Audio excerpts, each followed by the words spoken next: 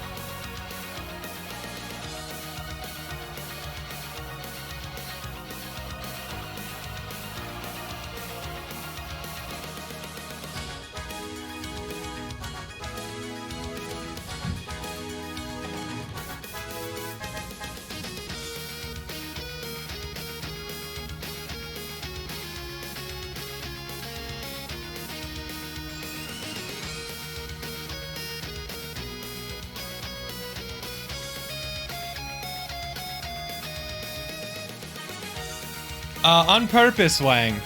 So a thing you can do with these gifts is they start running the second they become visible. So if I was to, say, turn this one off, it'll immediately restart when I turn it on.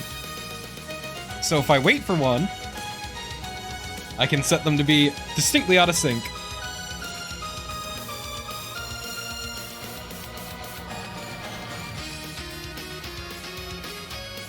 Yep, for things like gifts, the gift does not run until you make it visible.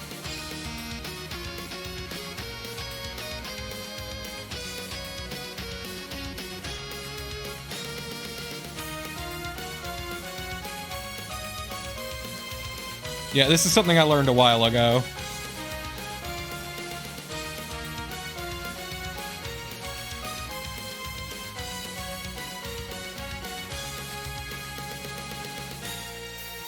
Kinda does, Wang, yeah, you're right.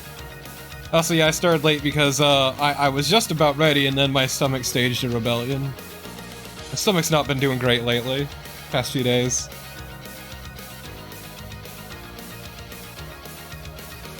And I don't know, something not agreeing with me anymore, who knows. Either way, though. Turn you on. Turn you off. And here we are. So, as I was, hunting for cash, because I'm fucking poor as shit. I'm so poor. Why am I not allowed to have money?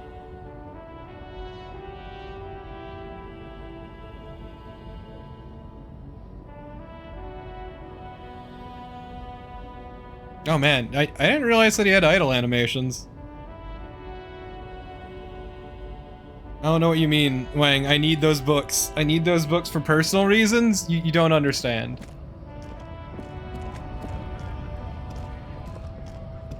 A lorry stuck in the traffic jam. This big, heavy Grad-made machine is well kept for such an old machine.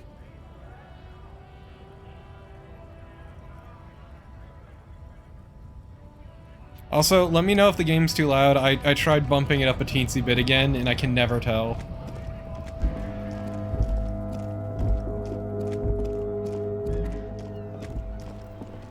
So don't tell me how to live my life. I may be short on cash, but I'm full of heart.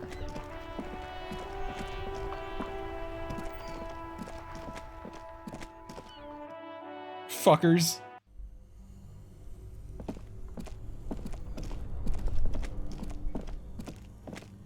I ordered dice, but I don't need to pay for them immediately. The bear's eyes are still glowing red, watching over all the ice cream wrappers hidden inside its belly. Yeah, I could probably turn down a teensy bit.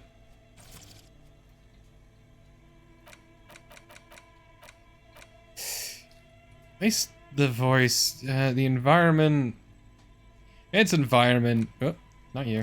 You and you. I don't know. We'll keep you there though.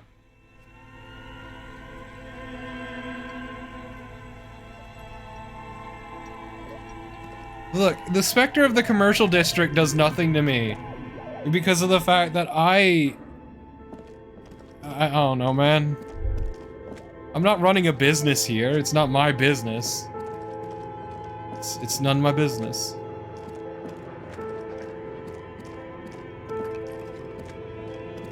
Let's see. Can I use you? The barbell waits patiently on the floor. No, your mom. Waits patiently on the floor. Got him. Hello, ma'am.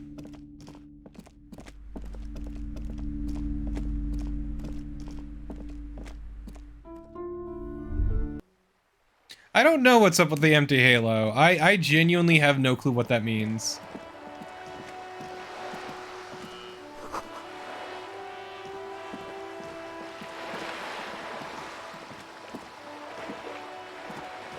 Nope, I can't interact with the empty halo.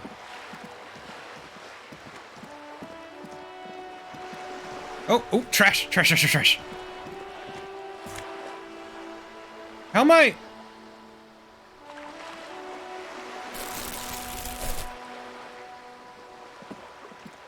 How did I?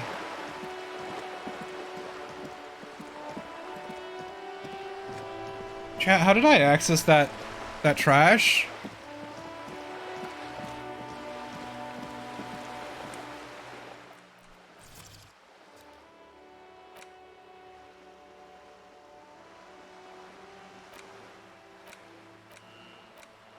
Oh.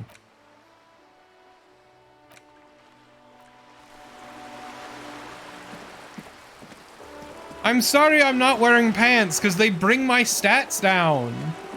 And I like to feel the breeze between my knees, okay? Fucking shoot me. Sorry I don't wear pants like you, peasant.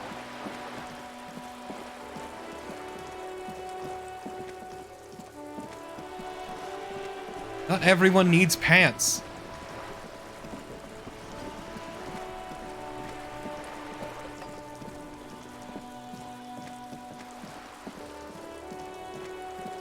Look, don't tell me how to live my life, alright?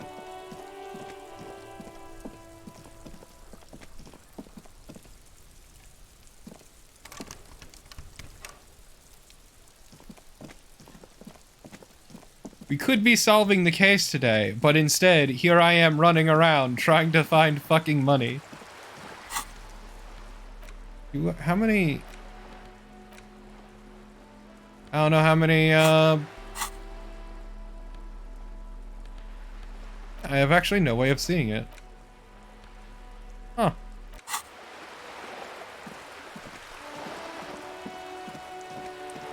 Look, I'm sorry the man won't let me sell clothes, okay? Because if I could sell these pants I don't need, I would. But unfortunately, I don't have that luxury. Because this man's too much of a coward to buy my clothes.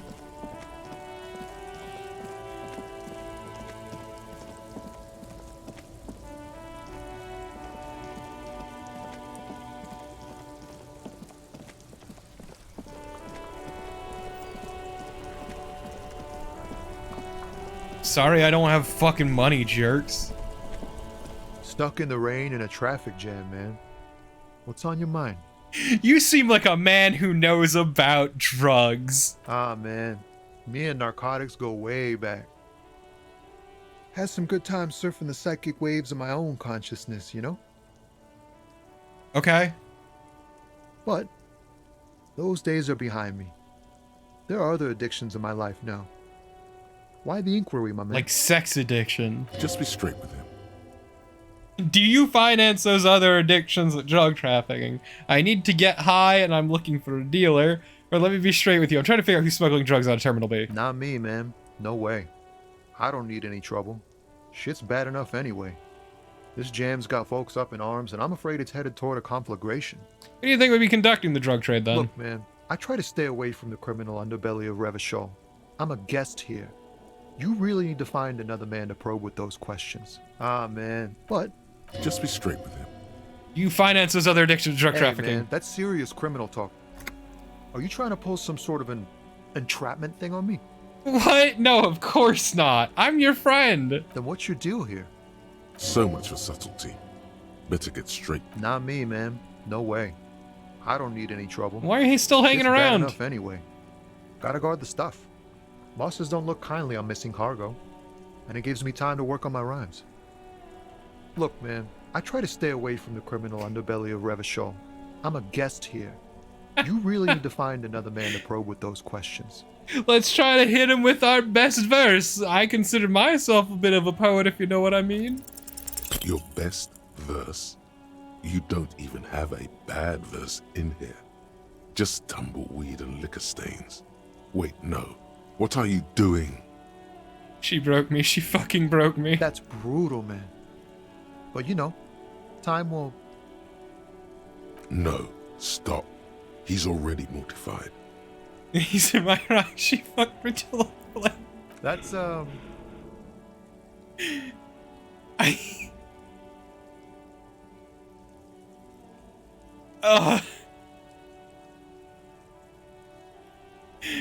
It's not real. It's my actual thoughts. It's a poem. Yeah, I get that, and it's cool, but... Yeah, I get it. These are your rhymes. They're from your life. Doesn't matter if they're robust, they're honest. So, thanks, man. He appreciated our poetry. Let's go. Ease into it. Don't go too far. Tommy. This seems like a personal matter. Man, you look sad. What's going on? You really are the law, aren't you? I get that being bluntly observant and inquisitive comes with the territory, but it certainly doesn't help with your conversational skills, does it? Maybe the full-on direct approach wasn't correct. Damn, it's tricky business looking into someone's eyes and not doing it wrong. Damn, Empathy, you got real quiet there. Well, that went well. Let's head on over to Fritta. Maybe we can sell these bottles, like this bottle. One singular bottle I have. Shame I can't throw the fucking mug in there. Hey, homie. The tear machine stands in the corner. Your bottles clunk into the machine. I'm 0.9 real short. Is this about the questions again?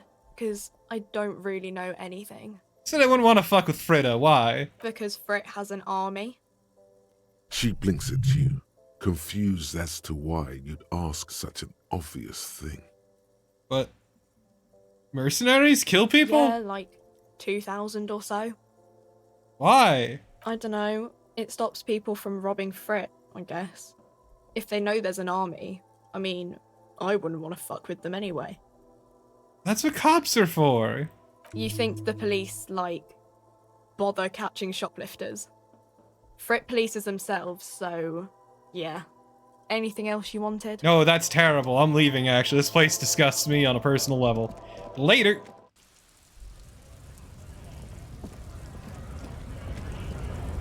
Money!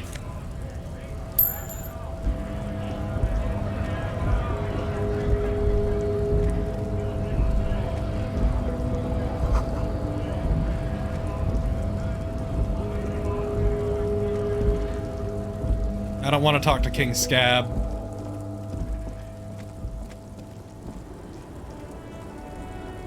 King Scab means nothing to me at the moment. Doesn't even interest me. A lorry stuck in the traffic.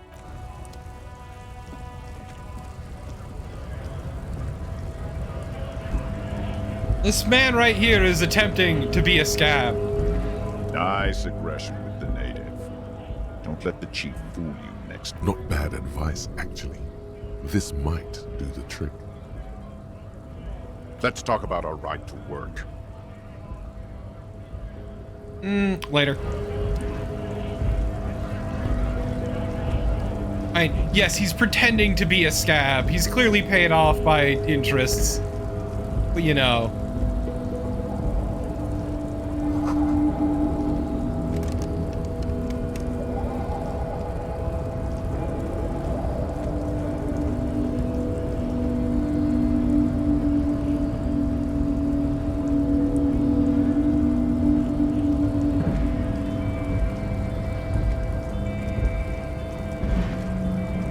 Well, whatever. How do I get over here?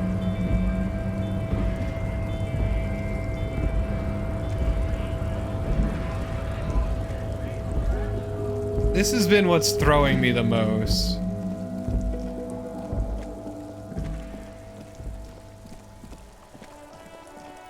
I'm glad I was able to figure out how this is broken and in what way. Anything else I can take from here? Maybe some bottles? The trash container stand. The smell of rotten food rises to greet you. You see soggy cartons, dirty rags, and organic waste.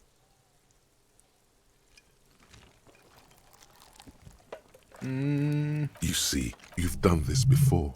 The movements are recorded in your elbows, the methodology in your fingers. You're used to this. What, dumpster diving? No, searching for evidence in the trash. A box falls into pieces in your hands. Batiste Soleil cereal. There are plastic pasta packages below, and turbo noodles. Nothing of note, however. Look at the Not rags. much to see here Food anymore. waste? There's nothing more. Nothing. The container sounds a muffled gong. Damn. I'm not allowed to get rid of the fucking mug, apparently. Hey, Kuno. Fuck does Kuno care? Let's figure out what's going on with this Kuno kid. What's going on Why? is an ungovernable youth on your crime scene, throwing around incendiary language, trying to push your buttons. Fuck no! What are you? Fucking mentally handicapped? Damn, narcs! Hey, Hollow, thanks for the raid. I almost understood Kuno. I am a hair's breadth Kuno always away. takes the bullet over. Kuno doesn't. How's it going, Hollow? How was your stream? I'll die before I squeal, pig. Child, converse with me. Murder was the case they gave me. I'll die before I squeal, pig. What are the strange words you use, girl? I come from the woods, good Davidu. You don't want to go there with me. You don't want to see what I've seen.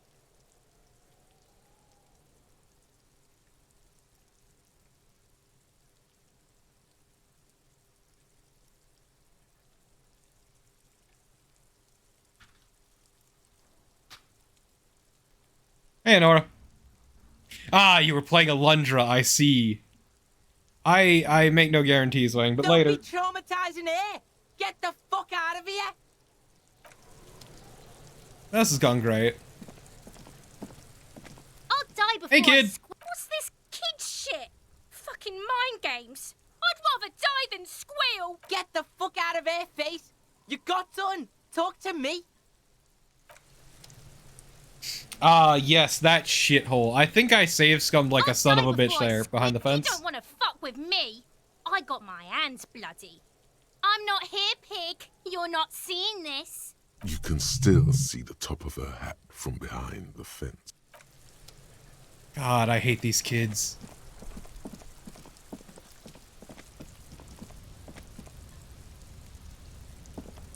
An inconspicuous pile of the roofing material.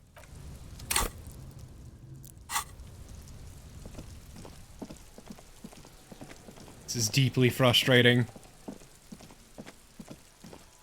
Yeah, no problem, Hollow. I hope you had fun at least, even if that place sucks.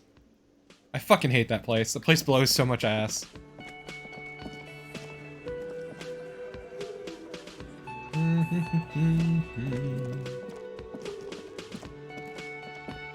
I'd rather not do an interview without Kim, so I'll just wait till he gets here tomorrow. I miss you, Kim. Wait.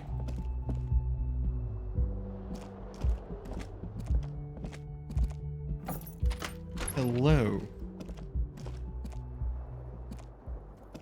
Yeah, I thought I could highlight this, but I can't. Hey, well. Business. Okay, so first off, how dare you, Honora? Second off, it's going, I guess, is how I would put it. As kindly as possible. I need to get, like, fucking a fraction of a... Ooh, a gust of brawny wind washes over you. Nice. I'm basically really hard up for cash right now, and I need to survive the day, but I apparently am not going to survive the day.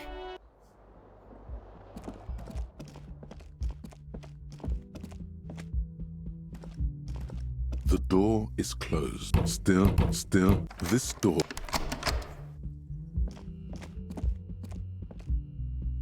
It's the situation I am currently in. Is one that is not great. I don't want to sell the pen and handkerchief, but I could.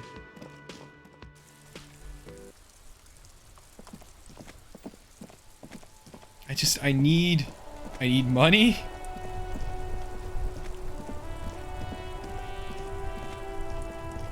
You know what? I pet you before, but let's see if I can get any cash out of you.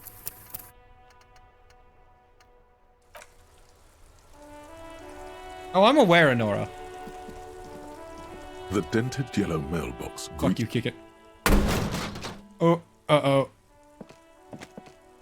There is a hollow ring as you kick the box. It sounds like it's mostly empty. Your toe hurts now. Your toe has suffered damage. It hurts. Damn you, pain threshold.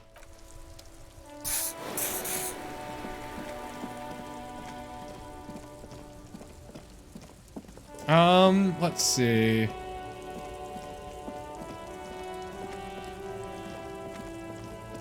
Let's look around a little bit more.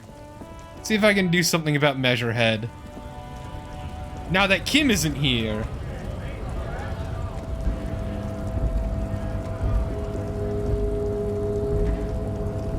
Our good buddy Kim is gone.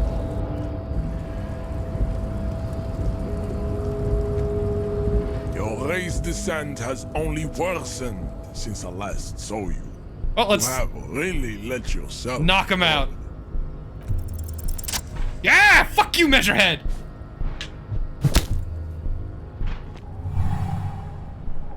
Just like that, instinct took over. A solid strike straight into his throat, into the cartilage. You could swear you felt the soft palate break. The man is reeling, gasping for air.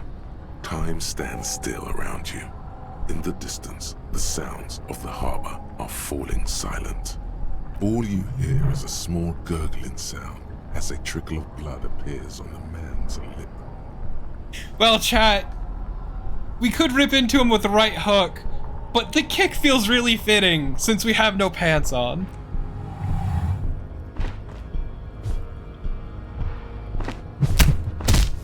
Bitch! The man lands with a dull thump, like a broken down puppet of muscles and sinew. For a moment, he still tries to keep his head up, dazed eyes looking at you with unimaginable surprise. To your left is the button. Disco Inferno! As you slam your fist on the button, the man collapses entirely, his head rolling to the side. Looks like you're the new Measurehead now. Her voice is surprisingly calm.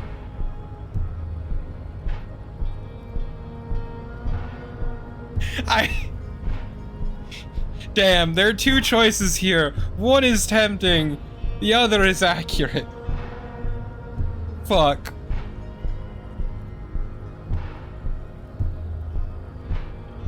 Nah, man. That's right, I'm the new Measurehead now. Let's go loot him.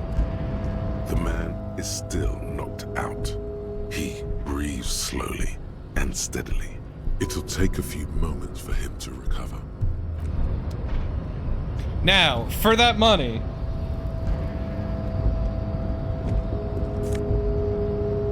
Hell yes! We survive. We get to live another day.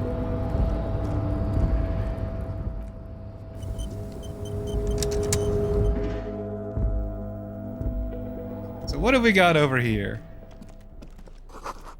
File cabinet. Coffee machine on. Dark liquid almost looks sentient. The Dewey typewriter, the model name is on the back. Every worker equals member of the board is on top of the flyers. On second glance, someone has forgotten to properly close one of the drawers. Open the drawer. The drawer opens smoothly. Inside is a well-organized selection of brown I didn't murder folders. him, I knocked him out after punching him in the throat and kicking him in the face. Hundreds of documents containing logistical data. Two kinds of transactions stand out. Materials coming into Revachol from the outside world, from Muindi, Grad, and even Ilmara. And the same materials being handed over to companies inside Revachol. Kuron, Coal City, La Delta, and Jamrock are listed among the many districts where the imports are being sold. Okay, but anything fun? It's hard to make sense of this thicket of company names, dates, quantities, and percentages. You try to focus, but the lines are getting blurry. We will channel our volition. Whatever's hidden here is hidden well. Concentration isn't enough. Only a trained accountant with a background in logistics would be able to really make sense of it. However, there is a little handwritten note stuck on the side of the drawer.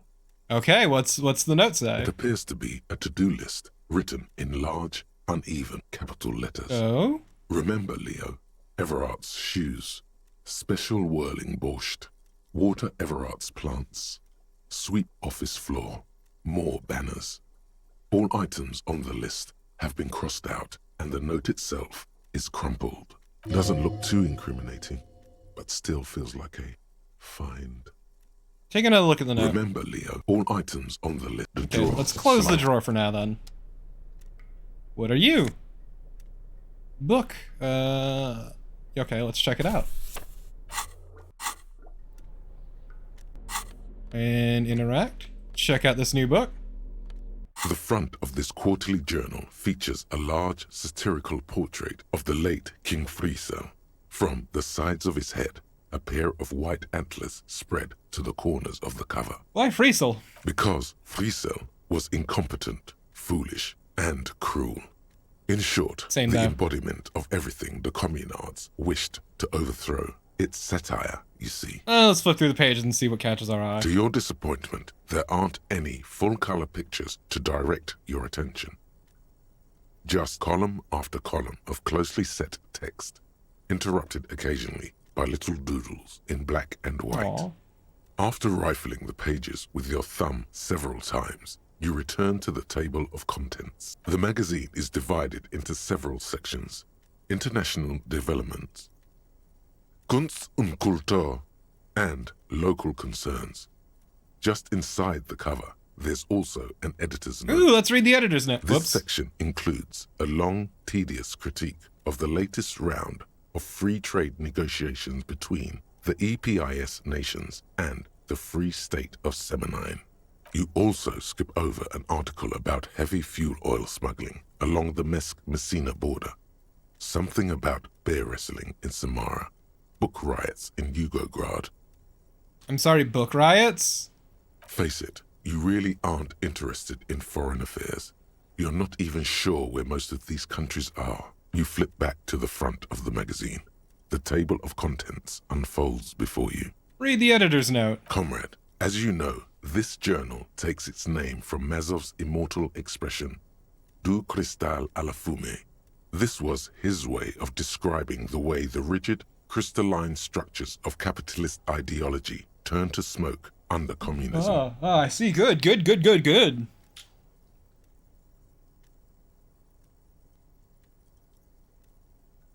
But, like the structures of capitalist ideology, we too are at risk of going à la fumée, unlike many publications which are content to spoon-feed their readers reassuring drivel. La Fumée is committed to telling the radical truth, even when that truth may drive away potential subscribers. I see. So please, if you value our radical Mazovian perspective on contemporary politics, culture, and international affairs, please consider subscribing. This section, you all face it. You Excellent, flip back correct. to the front Kunst of and the culture. magazine. It takes a moment, but gradually it dawns on you that Kunst und Kultur must mean arts and culture. As you leaf through this section, you come across several reviews of recent radio plays, as well as a brief artist spotlight featuring a local artist identified only as CS. The main feature, though, is a long essay titled Tip Top Tournée, a critical Mazovian perspective. Exciting! Let's read the profile of CS. This so-called artist spotlight is really just a brief Q&A, made all the briefer by the subject's evident hostility to her interviewer. Oh, good. Let's see Tip Top Tournée. The actual article is surprisingly light on details, but Good. after skimming a page or two, you gather that it has something to do with motor carriage racing. You know, this magazine seems kind of shit. If you don't follow it, you only ever hear about the ludicrous sponsorships and obscene death toll. Okay. Alright, let's see what these communists have to say about Tip Top. You think you're settling in for a relaxing recap of the most recent season, maybe sprinkled with some nice anecdotes about a few of the more colorful drivers. Instead, you find yourself skimming a 10,000-word feature about all the politically problematic aspects of Tip Top Tournée. Why? Where to even start? For one, there's the crass commercialism of its sponsorships. And then there's the practically criminal emphasis on deadly motor crashes. Hey, who wrote this stuff? Oddly enough, this article has 2 bylines. Nasteb Encolada Bernal and Exilus Buka. Yeah, honestly, I would argue this is slightly less boring, but that's also because we're getting the cliff notes. What about bad Under sponsorships? capitalism, the article says, every pursuit has its price. Every pleasure, even one as elemental as the joy of racing others around a track, is reduced to an advertising opportunity. Thus, the so-called tournée becomes a competition between increasingly meaningless brand signifiers. Your discount laundry detergent racing against a pack of Astra cigarettes, or even a fritter. Okay, maybe they're a little bit, whatever. And that precisely is what's problematic about it. Were it not for the promise of random, spectacular violence, audiences would quickly lose interest. At the end of the day, it's the destruction of these 750,000 real racers that you're really watching for. Wow, you're right. Maybe I really am just in it for the You violence. see, one cannot avoid the conclusion that Tip Top Tournée is simply the apotheosis of spectacular entertainment under capitalism.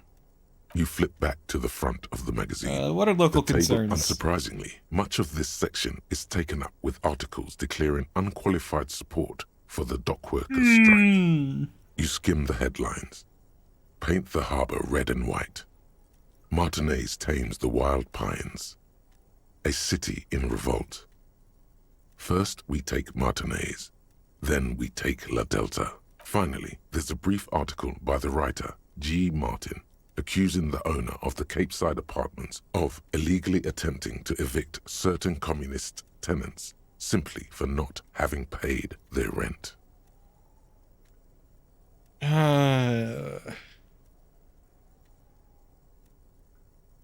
Charging rent to live somewhere is pretty outrageous. The writer G. Martin remarks dryly that capitalists love wealth redistribution, so long as it's only redistributed upward. You flip back to the front. Okay, well, this magazine blew. Anything else to find around here? Oh wait, no, are those stairs? Yeah, those are stairs, fuck. Let's look around over here. What are you? Oh, and okay, that's a postcard.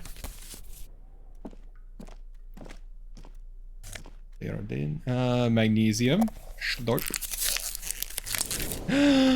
Oh man, neat office shades though.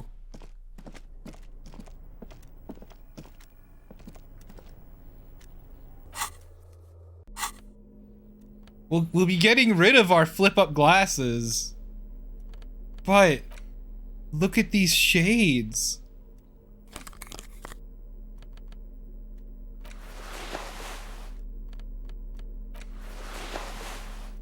Them some good shades though. I think chat, we're looking pretty fashionable at the moment. What do you think?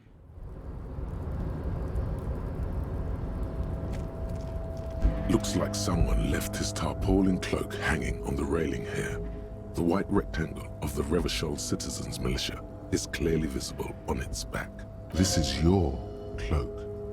You can feel it. Well, let's grab As your then. fingers touch the tarpaulin, it almost feels like the cloak wants to deliver a message of comfort through your fingertips. I will shield you from the elements and give my life for yours. That's what the cloak is relaying. Oh, it's good to have you back, Mr. Cloak. Why were you up here? Damn, we look good though.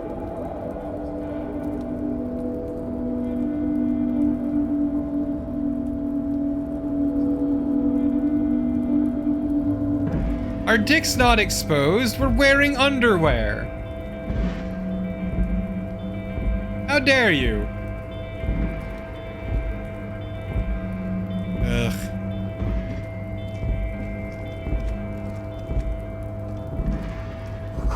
Collecting rainwater. Look at all these bottles! 1, 2, 3. Numerous bottles of Commodore Red and Potent Pilsner. 3 packs of cigarette butts. All those empty wine bottles and cigarette butts on the ground. Someone partied really, really hard here. Did I do this? Look at it. Of course it was you. You partied here. Yeah, we did, Bratan. And from the looks of it, we had a hell of a time. Hell of a time, Bratan. I must have been miserable. No, Bratan. I'm sure it was a blast. When do you and I not have fun together? Don't answer that. Just take that positive feeling and run along. Okay. You got it, dude. This is the Night Watchman's booth. The name on the door reads, René Arnaud. Maybe Renee's hiding something here. Nothing incriminating catches your eye. The cabinets are clean and their sparse contents meticulously organized. There's a framed photograph on the table. We'll take the picture. It's a black and white photo of a young couple out in a street fair. The man, René, is dressed in a Royal Carabinier uniform. The girl is young and very pretty. She is smiling playfully at the camera. René looks like he's about to smile. This photo must be tied to some good memories. Do we know Renee? This is the night. Was Renee the dude playing Bull? He is the monarchist, okay. Around you great machines and quiescence. White pines are printed onto the screen covering. It looks like the forest under snow.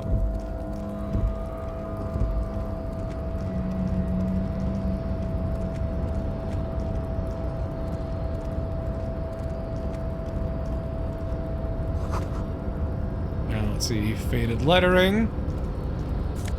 More money.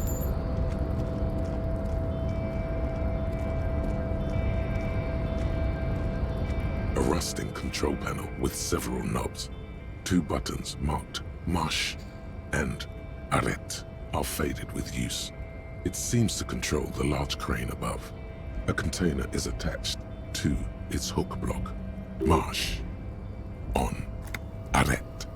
Off. Let's press Marsh. With a loud grind, the crane shifts overhead, moving a massive metal container through the air.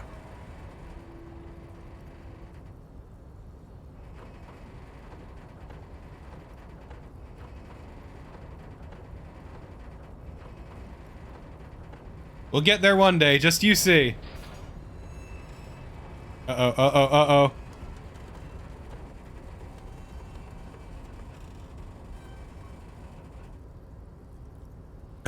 With a surprisingly quiet thunk, the crane places the container down. This crane was built with a purpose, which has now been fulfilled. To move this container. What's inside the Who container? can say? All you know is, it's special. Okay, let's leave. Let's go touch the container. Before you stands a cargo container, just one of many in the yard. Hey there, sugar. The container door appears unmoved by your attempt at flattery. A tough nut to crack for sure, but the strongest containers often have the softest hearts. You're a fine piece of engineering, do you know that? The door does not respond to your advances. Is it possible that it seems somehow more closed than before? Why does this situation feel so familiar? Do you have a history of propositioning inanimate objects? Let's knock on the door. No reply. Let's open the door. You attempt to turn the handle, to no avail. Let's The persuade doors it seem to be mechanically locked. to open. Why are you even trying to open a door with rhetoric? Because getting physical wasn't an option. You've got to dance with the one that brought you, detective. Okay. I'll figure you out eventually.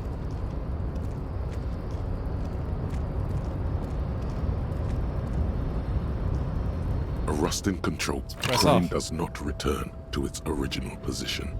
It does not move at... The crane is now off. I did not expect it to return to its original position. Cargo. I just wanted it off.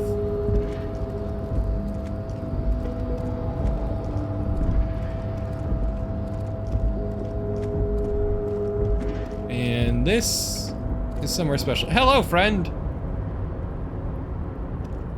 Container, container, I'll turn you nice and red. Container, container, put the logos on. I'm sorry? The accent is so thick. Oops. Container, container, used to be Wild Pines. Container, container, now belongs to Everard. I did not mean to hit that. Hi. Everard, Everard, Everard, he looks after everyone. Huh? Well, hey there. How can I help you, mister? The look in his deep blue eyes is as sincere as you've ever seen.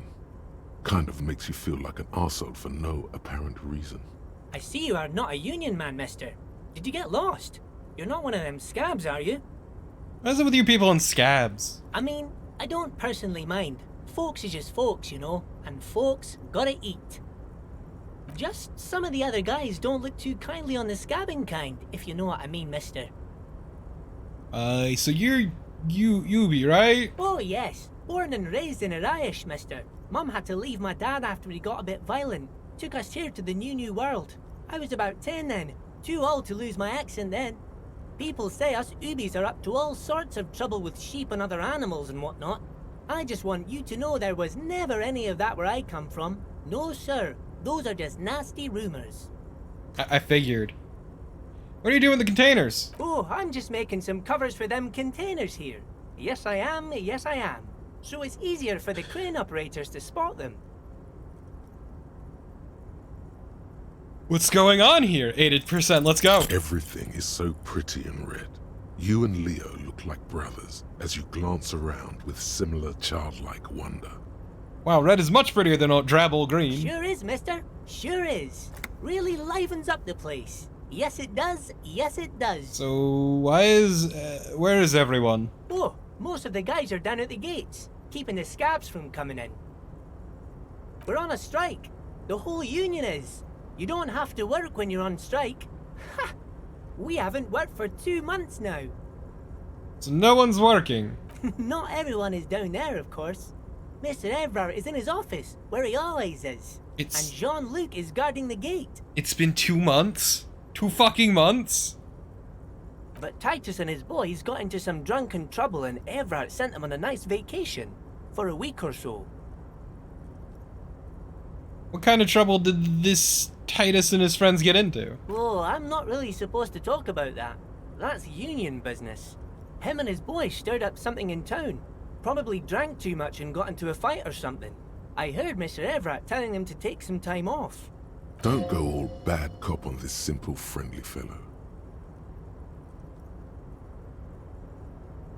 Really? Did they kill someone? No, I don't think they killed anyone. Let's better talk about something else. Titus and his boys do good work. I don't want to get them in trouble over a little drinking. Do you work here? Yes, yes. Everybody needs a job, and this is mine. I'm Leonard, by the way. Hi, Leonard. Leonard Bellick. But everyone calls me Leo. Hi, Leo. I'm like Mr. Everett's right-hand man when Mr. Edgar is out of town, and Mr. Edgar's right-hand man when Mr. Everett is away. Actually, Miss Beaufort is the right-hand man, but she's a lady. Who's Miss Beaufort? A real pretty lady with a skin like those Douai Sucre candy bars my missus likes so much. Them are real nice to suckle on once the dinner is done and me and the missus sit down beside the radio. But I can't listen to the radio all the time. There's so much to do around here and I'm always busy keeping things running here. Yes I am, yes I am. Leo, I like you. Stay on this Miss Beaufort topic. Hang on, who's this Miss Beaufort you mentioned? Oh, Lizzie. She is a real sharp tool. Mr. Everett put her through some fancy school and everything, east of the river. 4 years she was gone, and when she came back, she was all fancy and lawyerly. But she's a real nice girl. Grew up in this here neighborhood, knows everybody and gets along with everyone. Real pillar of the community one day, I'm sure. For a fraction of a second, there's sadness in his eyes. If me missus and me was to have a child, I'd be real happy if she turned out like her. But she can't have kids. Dr. Lemaitre said so, and she knows about such things. Been a doctor for almost 50 years, she has. Well, Leo, I think you're doing a great job here. Well, thanks a lot. Coming from you, it means a lot, really. Sometimes I feel some of the guys don't really get how much I bust my ass for them here. But you guys are alright. The white rectangle on your clothes might not mean an awful lot in Martinaise, but the recognition from an authority figure made Leo's day. I like Leo. He's not a bad guy. Who wrote the note on to make more banners? Oh, yes, yes. I leave all kinds of notes for myself. That old head of mine ain't so good at keeping things in no more. I almost forgot about the borscht. What was that about borscht? Oh, yes. I've been taking special whirling borscht to the men every day since the strike started. It's very, very good. Makes a man feel so warm and happy. I feel like I could take on Mr. Renadan's boar dogs every time the lunch is done. What do you mean by taking this soup to the men? Is it for striking? Yes, yes. I'm taking it to them. The borscht keeps them happy and in fighting spirits. Makes you all warm inside. They brew it in the whirling in rags. Wait, who makes it? Oh, the whirling's cook. He makes it. Them is always talking with Mr. Manana in that weird language and laughing together. He doesn't speak what we speak. He's from Grad. I'll look into the borscht. Oh, sure, mister. Sure. You do that. Yes, sir. He didn't actually understand what you meant, and now he's just nodding along. So what's in the container over there? Oh, that one. That should be empty as far as I know. Lots of containers here have nothing in them. They're just waiting to be loaded up. I'm looking for the leader of the Dark Workers Union. Oh, you want Mr. Everett then? He's an awfully nice fellow, he is. Him and his brother are both nice fellows. They've lived their entire lives in this here neighborhood. Guys like Mr. Everett and Mr. Edgar, his brother, are real good guys. Made Martinaise what it is today. Mr. Everett and Mr. Edgar and I went to the same school we did when we were boys. Easy now, Leo. Oh, Mr. Everett is where he always is. In his office, of course. Okay, well, Bye-bye now. have a good one, Leo. You're lovely. Chad, I like Leo. Leo's a decent guy. Now, about his bosses, that's a whole different beast. But Leo is lovely.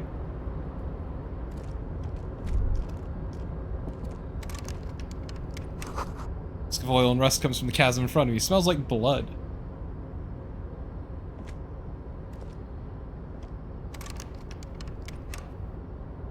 One day I will figure you out.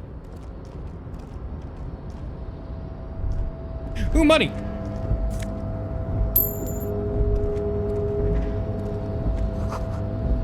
Shipyard is oddly quiet. The great machines are sleeping.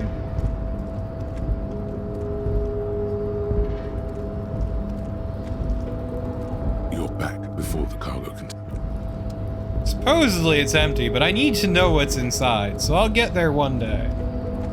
Not today, maybe not even tomorrow, but I will get in there one day. Just you fucking see.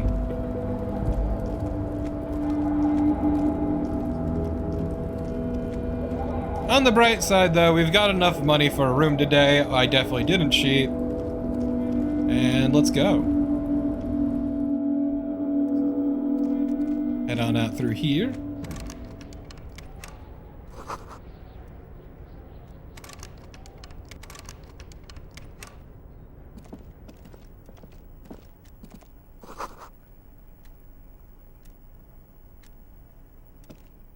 An imposing combination of a punch clock and a payphone is looking down at you from the wall. A note on the side says, "Tokens unavailable due to strike. Use change."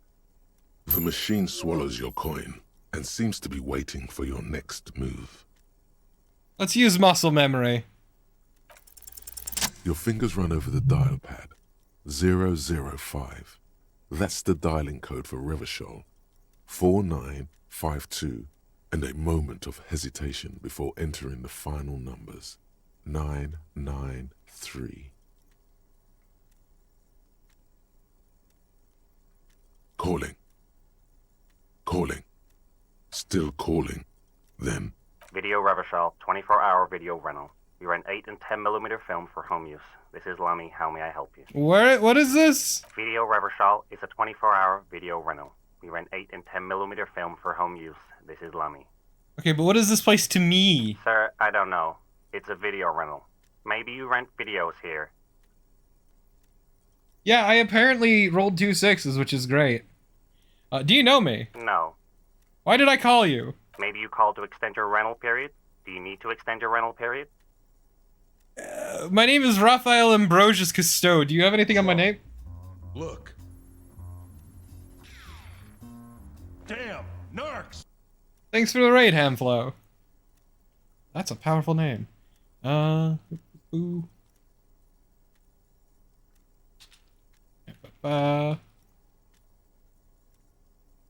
Haha! Damn it, Carnival. Oh, Kirby Superstar, okay.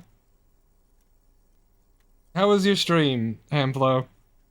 Okay, do you... My name is Raphael Ambrosius Cousteau. Do you have anything on my name? Raphael what? Listen, I can't help you over the phone. If you need further assistance, you can visit us on the corner of Voyager and Main. Are we done?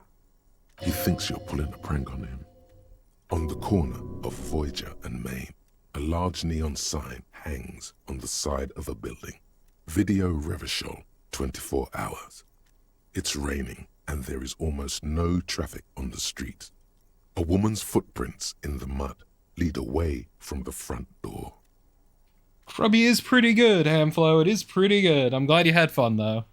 Let's see. Woman's footprints. Tiny heels tiptoeing down the road. Beautiful steps, light-footed with a lifetime ahead of them. You look up and the air seems to grow darker. Thanks for the follow, Hamflow. Suddenly, you feel like you don't want to hear about video rentals anymore. You don't want to hear about any of it. It was all shit. It's over. Please tell me what was all shit. Oh, okay. Well, that was a lovely call. Let's never do that again. How the fuck do I get out of here? Free me. The file cabinet stands the drawer slide. How the fuck do I get out of here? I fucking punched a man in the face, knocked him out. It was a good day, and now I don't know how to leave.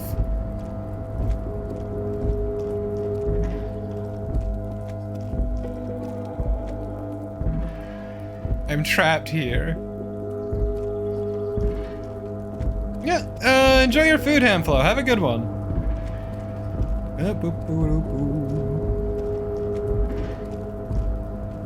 I wish.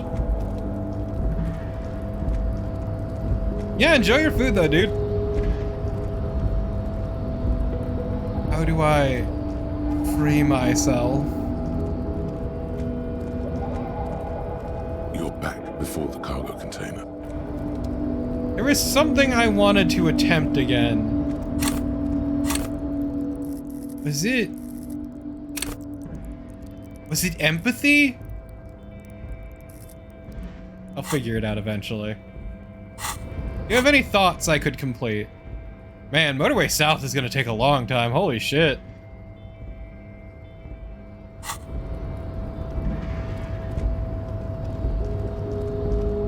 Yeah, I guess I need to chat with the glorious leader. Oh boy. Hey, look, more money.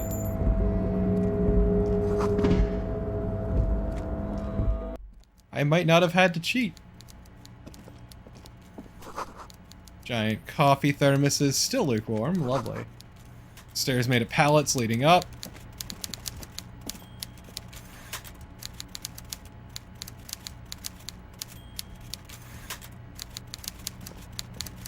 Ooh, a fish. Taxidermy fish that tells time. How tacky. Hey, homie. Before you is a walrus of a man seated behind a large desk. He looks up from his work, not the least bit surprised to see you. With great effort, he straightens himself up in his chair, yet says nothing. He simply stares at you. You in charge of the dock workers? Welcome, Mr. Dubois. It's good of you to stop by. Please, have a seat. I'm Everard Clare, head of the Debarders Union here in Martinez. I'd offer you my hand, but unfortunately my health prevents me from getting up. You understand? He looks extremely comfortable. The tiny folding chair, on the other hand, looks like a torture device. Dick? Forget about that. What's with this Dubois stuff? You're getting some seriously bad vibes from that name. They call me Mr. Dubois. Please, Mr. Dubois, let us converse in a civilized manner, as equals. Take us— It's nothing. Yes, that's probably right. It's nothing. Forget about it. Filter it out. He's trying to throw you off your game with this Dubois nonsense. Don't give him the pleasure. I don't sit. It's kind of my thing. Very well, Mr. Dubois. I respect a man with strong convictions. I, too, have convictions. One of which is that I will not engage with any man who won't face me at eye level. Should you find yourself more amenable in the future, I'd gladly resume our conversation. But until then, I'm afraid I must ask you to leave. You're no Titan affiliation, buddy. He's got you in a fork. Sit down or leave. Okay. Excellent, Mr. Dubois. I can see that you're a reasonable man, and reasonable men can be of great use to one another. Let's remain serious. So tell me, how can the head of the Debarders Union help a representative of the Revachol Citizens Militia today? The chair you're sitting on has got to be the most uncomfortable chair in the world. It's violating your backside. No, not my backside. Oh, by the way, I heard you got a rather rude reception from a certain Lawrence Gart. Some people have no manners, it pains me to say. This should take care of that nonsense. It should be sufficient to cover your expenses for a few days and patch over your differences with a cafeteria manager. Go ahead, take it. Wow, that's 25 real. That's good money. You need it. You know what? You can take that comically large check and shove it up your ass. That's right, shove it up your ass. Okay. I respect a man with principles. No handouts, then. Now, I'd like to set your mind at ease about one other matter. Your lost gun. Let me assure you, Union people are on it as we speak. I've got my best hounds looking for that lost gun. His slug-like lips move, but all you hear is an echo. Lost gun, lost gun, lost gun. The world is swallowed by a black hole of fear. Only two words escape its gravitational pull. Lost and gun. Look, the first time, alright? The first time I took the money because I needed the money, and that lady was nice. And while not trustworthy, obviously, I still trust her more than this man. Secondly, this man was gonna try to use that to one over on me. Like, let's be real here. He was gonna hold that against me somehow.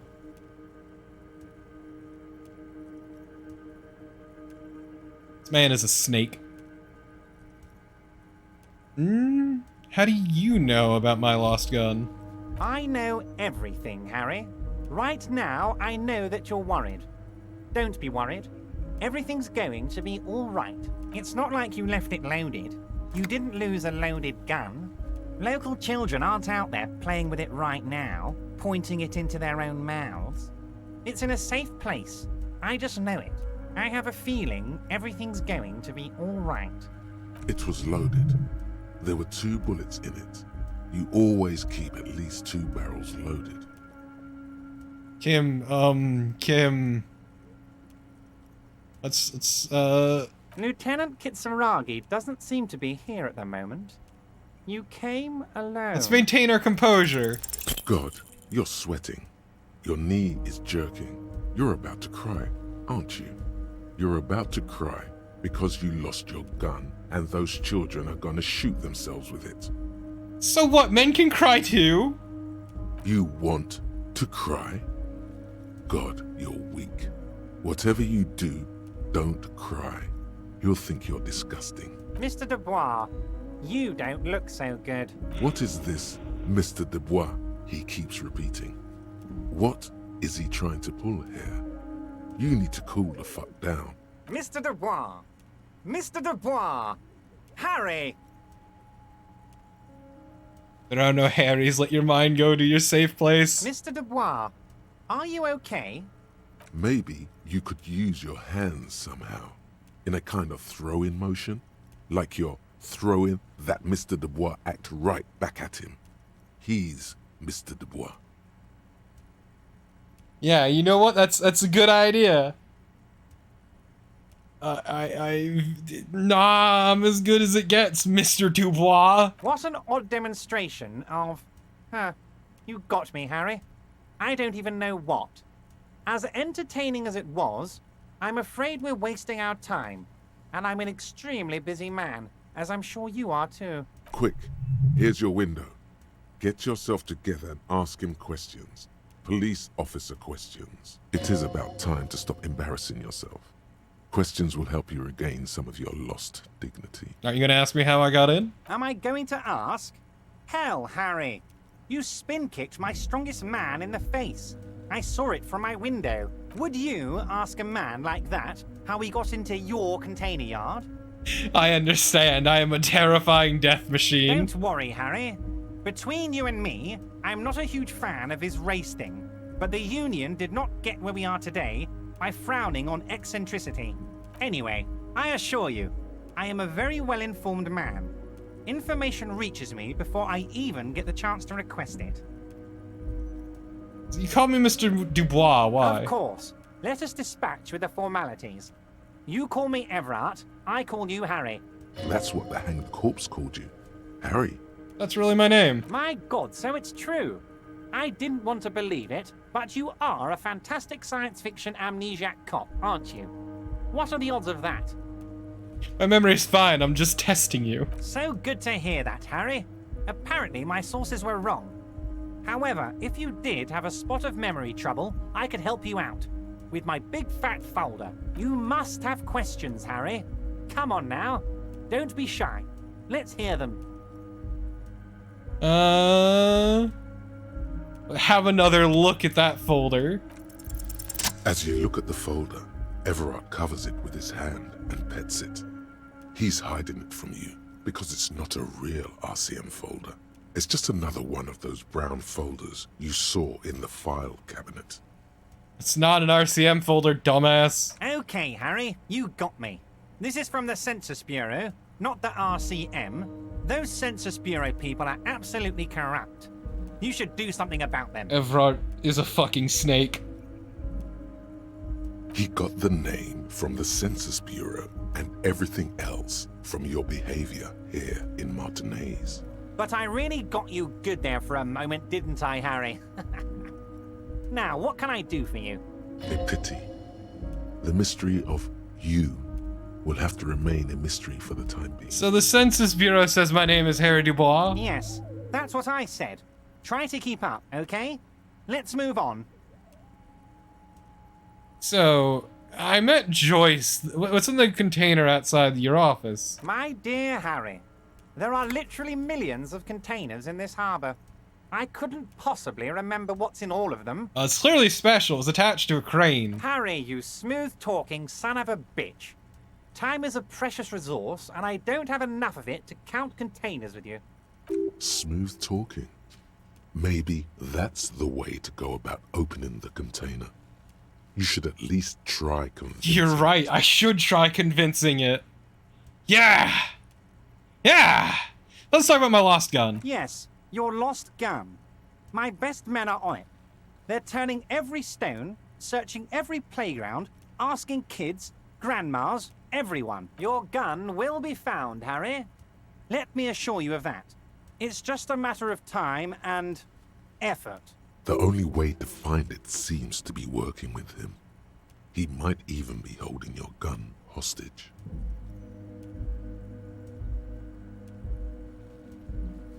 Wait, the gun may have been bought from Mori's pawn shop. Have your men factored that in? Yes. Thank you for the hot tip regarding your lost gun, Harry. My men have indeed factored in that you pawned it. Now, please, let the professionals do their job. Kick back, Harry, relax. I have great guys on this. You focus on what's important, building our relationship for the good of Martinez. It did not come as a surprise to him. He might actually not be bullshitting. I won't be blackmailed with this gun business. Harry, I was only trying to be tactful. A lost gun I hate this man. I hate the way he sounds. I can't have it around It's in just- my neighborhood. Everything about this man they built to be very hateable. And I appreciate that. As we speak, teenage gangs could be arming themselves. Get a hold of yourself, Harry.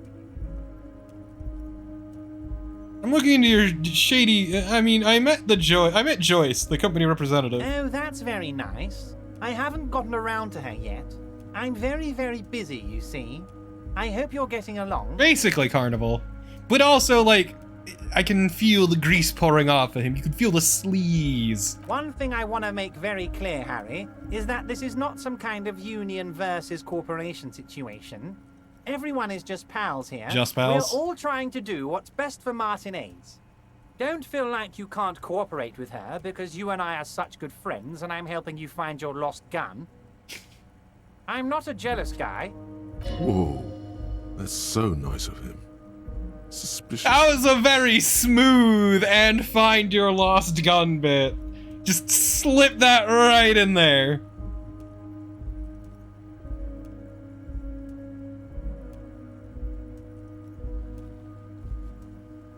Are you sure? I find it a little odd. I'm just a nice guy, Harry. I wouldn't be where I am now if I wasn't nice. Politics is all about emotions, and I want you to have positive emotions when you think of me. What happened to the previous negotiator, Mr. Gaumont? What do you mean, Harry? Nothing. I let him go. He made concessions for the company in previous negotiations. Why would you let an ally go like that? He's an old man, Harry. I wanted him to spend more time with his family. You God knows how long he's got left. called him a slur. Harry, I have little people in my organization. I would never call someone a midget. What is this? Honestly, I'm beginning to think you're a midget, Harry. I'm only kidding, Harry. You're not a midget. No one is. We're pals. What does that fucking mean, Everard? What does any of that mean? Joyce said the previous union leader vanished under suspicious circumstances. Vanished? Harry, the woman left her casserole in the oven and couldn't make it here in time for the voting. Oh, did I leave my casserole on? Better go home and check. The election can wait. When she got back, the whole thing was over. Everard, Joyce seems to think the union's lowballing her. Yes, yes. Low balling, of course. This isn't a casino, Harry. Real people, real livelihoods are at stake here. but everything's a casino for those rich types. No, you're obviously lowballing her. Let's be real here. His expression makes it clear. This is childish and irresponsible behavior. Why haven't you let her in to see you? If she actually wants to see me, she will find a way. Any good negotiator would. And I just don't have anything to discuss with a bad negotiator. He doesn't want to see her. It's as simple as that. Okay, let's talk about something Of else. course, Harry. Let me just assure you one more time. It's perfectly okay to share anything we discuss here with this Joyce. This is a completely transparent organization. I have no interest in what she is doing, but I myself have nothing to hide. Your business is your business, and I respect your privacy. Just remember, none of this is secret. Tell her about all of it. My brother's picture, my singing swordfish clock. Tell her how overweight I am and how I'm helping you find your lost gun. Tell her about everything. Everard doesn't mind. Could you stop mentioning my lost gun? You know what, I'm leaving. Wait. You need this to get in and out through the gate. Great, wouldn't want to get stuck in here. Here, you're one of us now. A real red and white union man. Take care, Harry.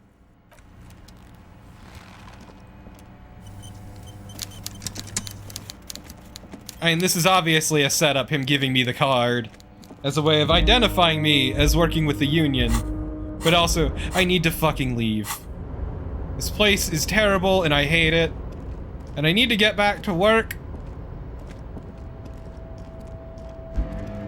Like, he's obviously setting me up to finger me as a Union member, or being Union aligned. It is a bit of a power play. But we're Vibe Cop, we don't know that. Okay, let's... You're back before the cargo container. Its drawer has not... You attempt to turn the hand, no reply. Because we lost our gun. Yeah, it's a real tragedy that we lost our gun. Nora Porgy, you're correct. We actually do have... It's funny you mentioned that, because, where are you? Where are you? Hey, check it! Mazovian socioeconomics. Okay. And finally we can fucking leave. Yeah, it's a good thing that Mr. Everard is helping me find my lost gun.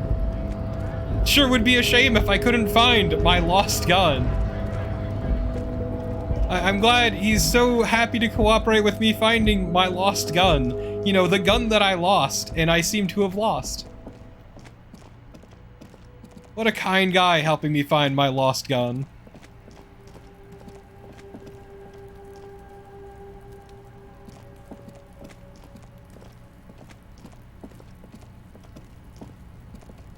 An inconspicuous pile of the roofing material, Eternite.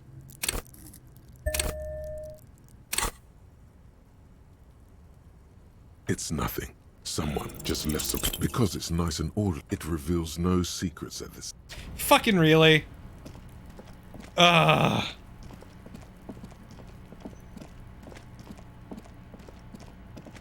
I hate this. Place blows ass. I'm gonna go buy some drugs.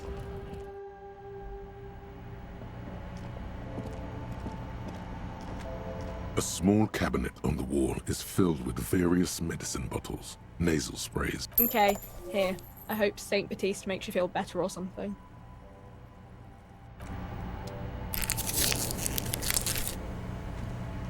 The tear machine stands in the corner. Your bottles clunk. Luckily, I have just enough money to buy one of those and still come out on top. I'm doing great.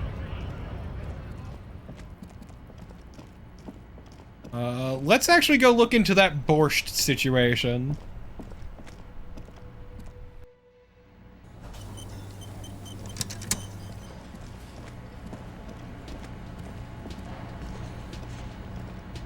The man ponders his cooking utensils and gives you a little nod, acknowledging your presence. Yo, what's that borscht you're making there? The man says a couple of sentences in that strange language of his, and then seems to wait, for you to speak. Yes. Borscht need more vodka? Vodka borscht! I love it, Bratan! I Turn see. it the fuck up and then ask for some yourself. Turning it up seems like a dangerous idea, honestly. The place is a powder keg. No vodka. Turn your fingers counterclockwise. Cut it. The cook gives you a long, disappointed look, then turns the stove off and seems to wait for you to speak. Leo said you're a friend with Manana. The mention of Manana gets his attention. He smiles and delivers a whole slew of unfamiliar words and lively gestures. Then he falls silent again. They're friends. Well, good to know. I don't think I need anything else. Stay masculine. Such a good line, stay masculine. What does that mean? How does one stay masculine? Can I help you?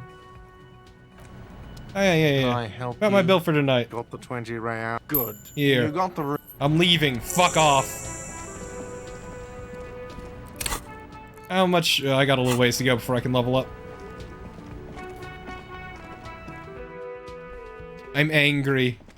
Yeah, his check was bad and just chock full of bad vibes. Like, Evrart was, like, just pouring off bad vibes. The man was one giant bad vibe, and it's a shame. As he seemed friendly, but, like, I could tell, I could feel it in my bones that he was bad news. Bad vibes, all around, just bad vibes. You know what I mean? Just like, sometime you see someone, and they just give you a bad impression. And he just kept giving that bad impression over and over again, which is why we couldn't deal with him. I wasn't taking that check. That check, bad. Bad check. Hey Joyce, it's been a bit. You're back. Good. What can I help you with? Spoke with the lorryman at the roundabout. On the contrary, officer. There are yet camionneurs you have not talked to. And don't look so surprised. In a time like this, it would be strange if Wild Pines didn't have eyes on the harbour. I suggest you go back and canvass for more suspects. By the way, I've talked to Everett Clare. You have? And how did you like Mr. Clare? It's not a champion I have chosen, and I wish to swear fealty. No. I didn't. Oh, come on now. He has his uses. How else would he have stayed in power all these years? Or wait, actually, corruption. That's how he's done it. Fantastic, Verm-like corruption, reaching into the bowels of the earth. Of course, I don't expect you to share anything he told you with me. I'm not a Verm myself. But if you felt like passing some information, how could I stop you? Are we not human? Are we not curious to hear another person's take? It's only natural. We would only... Yes, your disgusting necktie agrees completely. Let's gossip. Let's fucking gossip, necktie! Mr. Everett is helping me find my gun. Oh. That's so helpful of him. So very, very helpful. And how is that going? Do you have any leads on that gun? He says it's ready to be found soon. No. Well, maybe he's not as helpful as you thought then. Is there anything else? Isn't it weird? To be fair, Joyce is honest about her. I will say this. Joyce is at least honest about her loyalty to the company. Whereas Everard pretends to be friends.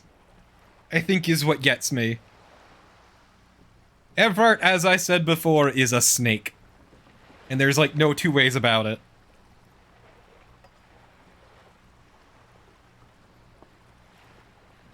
Let's see.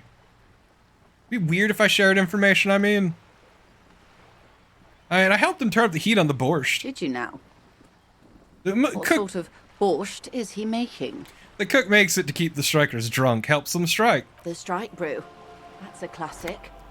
And by turn up the heat, I presume you mean put more alcohol in it? Nope, you misunderstand. I turn the knob like this. Turn the heat down. Beyond curious. I will choose to interpret that as you turning the alcohol in the strike brew down. For the sake of our professional relationship. And because I don't like the idea of them any more drunk than they already are. Same. What else? It's my job to be the police around here. I would prefer if things were a bit simpler. The money that you gave me, would it be weird if I... Weird? Oh no.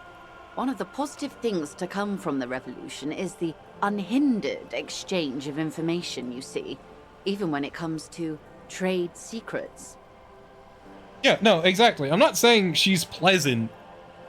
But she's honest, at the very least. If a bit guarded. Which isn't to suggest... Not that that's saying much. But she's a lot more forthcoming than Evrart is, basically. If they did, it would be fine. Not that either of them are to be trusted, because neither should be. Clearly just gossip between friends. Of course, Detective. Should something come up later down the road, don't be afraid to drop by for a chat. Until then, is there anything I can help you with?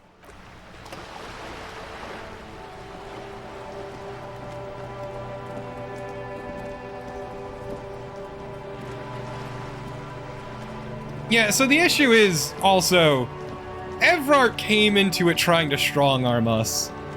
With a lot of posturing. Like using our name, or constantly bringing up the lost gun. Which, you know, doesn't feel great. Doesn't feel great.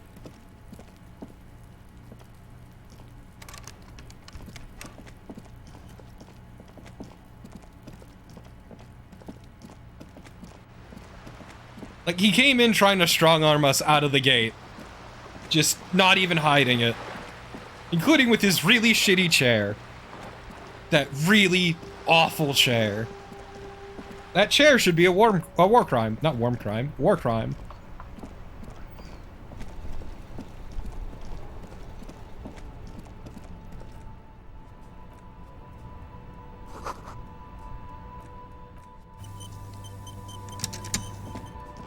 You see a Samaran street vendor surrounded by a motley assemblage of goods. When he realizes you're looking at him, his face breaks into a wide, welcoming grin. Neither is a good person, though, and neither should you want to deal with for too long. Is embroidered over his breast pocket. Happy shopping, officer! Everything's cool here. What's so cool? Everything's cool. The goods are cool, the customers are cool, the place is cool. And one more thing, officer. Are we cool? From out on the bay, a cool wind gathers. It sweeps into the city, tugging at the textiles hanging around the stand. Some distance away, the sound of a tin can clattering across the street can be heard. You're very cool. Bang, bang, bang, bang! Really? You think I'm cool? Oh, yes! You got style. You got personal style. You know what you like. You like premium menswear. Look around and browse. Everything looks cool on a guy like you. Take your time. Thank you. Don't be distracted by the flattery and funny man act. Questions. Persuade him to give you some money? No. No need to dress this one up. Just tell him what you want. I want your money now. Oh, okay. But why, officer?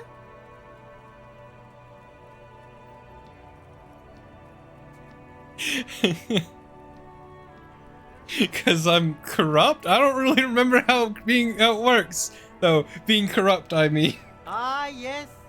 Lots of cops are. You see, I'm an honest entrepreneur. I can't help you if you don't give me a good reason as to why I should. Sorry, detective. So, where are you from, Silay? Me? It's a boring story, officer. Who cares about the past? I'm all business now. All Revachol. You're not a local, are you? Very sharp, officer. I'm Serais from the Sigai province of the Serais Empire. The apricot suzerainty, you know? I almost wish I had Kim here. Fuck! Lots of apricots there? Yes, apricots come from Sigai. My grandma used to grow them. But Sigai is a shithole. That's why I came to Revachol. Here's much better for an independent entrepreneur. Less laws. Speaking of, why not support an independent local entrepreneur? I send half my profits back to my grandma in Sigai. Well, if it's for his grandma, you should buy a lot of things. What kind of stuff are you selling here? Actually, the food packages say humanitarian aid written on them. You mean these delicious pre-packaged shelf-stable meal kits? Really easy to cook, no hassle, really cheap too. Buy some, try them out. I think one said not for resale on the packaging. No problem here, officer. I get all this from one of my suppliers, an extremely reputable guy. Wait, Humanex, humanitarian aid. Does your supplier drive that Humanox lorry over there? What? Look, officer, I'm just a retailer. You'd have to talk to my supplier if you got questions about the supply chain. That's how the game works. Okay, I'll look around.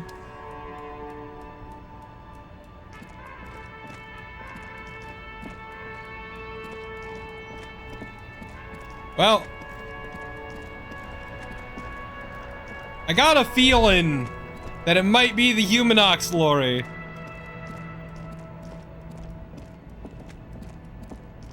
Where are you going? Raphael Ambrosius Cousteau, where the fuck are you going?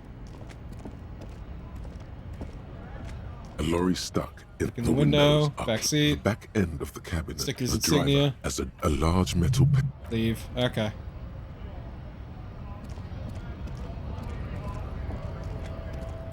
Now let's go talk to what's-her-face. Joyce, that was her name. I forgot her name. I feel bad now. She's been nothing but lovely and cooperative to us because obviously she's gaining something out of it, but she's been cooperative. That's kind of the other thing, is she hasn't been trying to at least overtly one-up us the same way Everard was. Basically, my point is Everard was too obvious, is how I'll put it. Whoops. Everard's mistake was being too obvious. How's that for a response? You're back. Good. What can I help you with? She's not even asking you. Cleared. Of course, detective. You can always drop by later. Spoke with the Lord at the roundabout. Contrary, officer. I suggest you... Okay.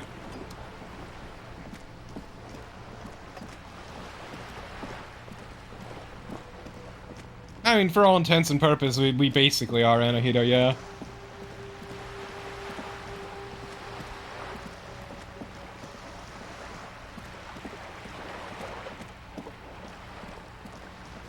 Though, to be fair, it's not our job to help her. Our job is to investigate, first and foremost, to investigate the murder. Still here. Stuck in this damn jam, my man. Everything else is secondary.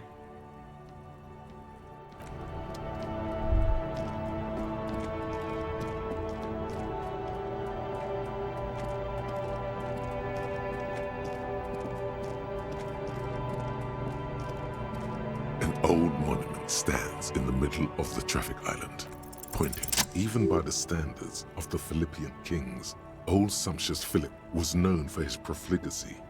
In what way? Well, he blew through the whole national treasury, starting the decline of one of the penultimate century's greatest superpowers, the suzerain of Revachol. His own maladministration foreshadowed the fall of the monarchy.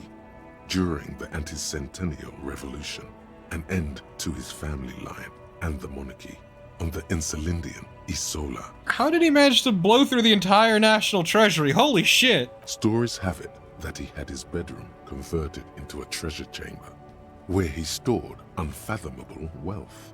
Krugerrands, bars of gold, ornate weaponry, armor, and various chalices. He called it the Sol Aurum. It was obscene, There were whispers he slept on a huge pile of gold-dipped feathers, like some obese dragon, instead of a bed, like a normal person. The man certainly knew how to live.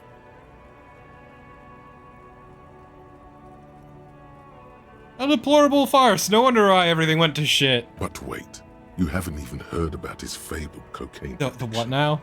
You see, old Philippe wasn't just good at squandering the national treasury on gold and ceremonial weaponry. He was also a prodigious snorter of nose candy. Wait, what is nose candy? Cocaine. Sure. So wait, he was addicted to nose candy, a bloated druggie. That's what the revolutionaries said 150 years later, right before they emptied out the royal mausoleum and dumped His Majesty's mortal remains in the Elysium Bay. This was a lot to process. His Majesty's courtiers said it helped him connect with the higher realms. Okay, where's he buried now? Beneath the cold waters of the Elysium Bay, thrown there by the revolutionaries after they cleaned out the royal mausoleum. A group of marble pleurons still surround the king's vandalized tomb. A deathly cold wind sweeps up candy wrappers and old newspapers. The original was blown apart by communards, then further damaged during the landing of the coalition's airships during the turn-of-the-century revolution, when Martinez was leveled. Who restored the monument? Some years ago, a group of liberal, artistically inclined individuals, designers mostly, thought it would be ironic to restore the statue of the most wasteful ruler of Revachol in the poorest part of the city. The statue is supposed to capture the moment it was blown apart, like an instant frozen in time, a rare butterfly trapped in amber, floating on a sea of shit. That's brilliant, so funny and nihilistic. People in Martinez tend to disagree, as do many prominent art critics and thought leaders with more nuanced social awareness than the young ironists. Philip III, the squanderer, however, with his bronze face up in the air, doesn't seem concerned about what the hoi polloi think of him in death. Well, that was enlightening. The woman looks, "Girl child," you hear her say.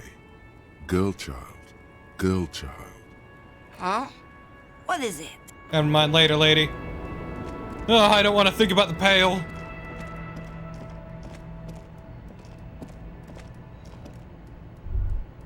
The pail was not a fun thing to learn about. The pail is terrifying. Good luck, lady. You and your fucked up memories. I do not envy you.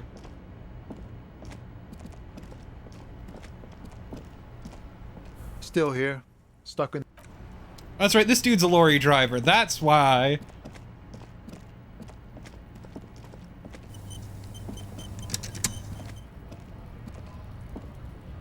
I completely forgot this dude was a lorry driver. Looking for something? What's your stance on drugs? Drugs? They're shit, man.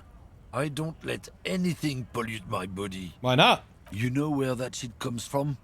Sarah Miriza, Safre, Ilmara.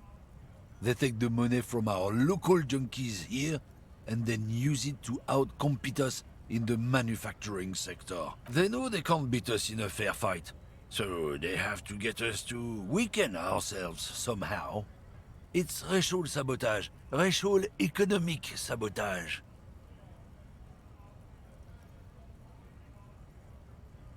But they make alcohol in Ilmara, too. I don't go for that foreign piss. Proper booze is made in Mundi. Or sometimes, I like a dram of that Yugograd vodka. Koikos and worse much, but they do no booze. So I take it you're not smuggling drugs out of Martinez? Not in, not out. I'll never betray the purity of my tribe. So you're telling me that you don't know anything about drug smuggling through Terminal B? I don't know shit. And if I did, I wouldn't tell you. Then what are you hanging around here for? Most Kaminours have left. What do you think? I can't leave the lorry unguarded. Stuff's been getting looted lately. It's those little kips sneaking around at night. If they touch my stuff, the bosses will be on my ass like ass cancer. On your ass like ass cancer, There nice. was a bunch of spilled boxes in the back of a big lorry nearby. I did see one lorry with the trailer doors open on my way here. Do you know what happened? Yeah, I knew that guy. He was an honest driver who loved his country. We were having a good debate about genetics at the Wheeling in Rags when some kip boys smashed his luck and took damn near everything. Lost his fucking job over it. Since he left, I haven't had anyone to talk to. Serves him right. It's a fucking travesty is what it is. And you're a little bitch. What's your point? It's not you then who's running I'm going to regret asking this. Isn't it obvious? Fucking Sealang. That beady-eyed South Samaran. His little side business is a scam. The guy's a lorry driver? Of course he's a lorry driver. What? He tell you he's just some simple businessman or some shit? He's selling his employer's stuff after he broke the seals on his Humanox lorry. His tribe are natural liars. It's in their blood. He's your man, alright? 100%. Guess so. Okay, well, I'm never talking to that man unless I have to. How am I doing on experience? Not nearly enough. I wish I didn't have to keep clicking constantly so I could fucking... Everything's still cool here, officer. What's your stance on drugs? Drugs? I don't go in for that, officer. Drugs ruin lives. Unless you're into drugs, of course. In which case, drugs are excellent. Mwah! Tasty, tasty drugs. I'm super into drugs. That's very cool. A lot of the coolest detectives do drugs. Sadly, I don't have any drugs on sale. Or at my home, or on my person. Sir, it appears to be true. No drugs in sight. Not in the box of sunglasses or under the speakers. Yeah, I got you, man. I actually don't like drugs. That's cool. Especially after you already said you're into them.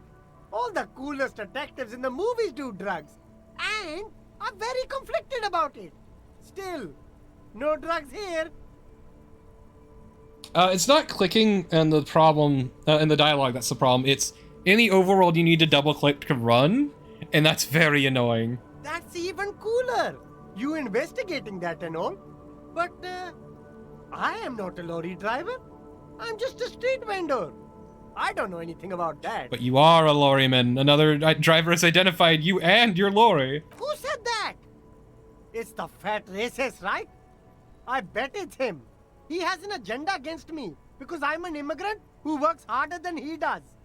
He's a hater. He is a hater, but that's not the issue here. So you are a lorry driver. No, I just said I work harder and he's an asshole. I'm... Realizing he can't get out of it. Smart man. Okay, maybe I'm a lorry driver too. A little. But that's not the most important thing about me. That's my day job. This is my dream.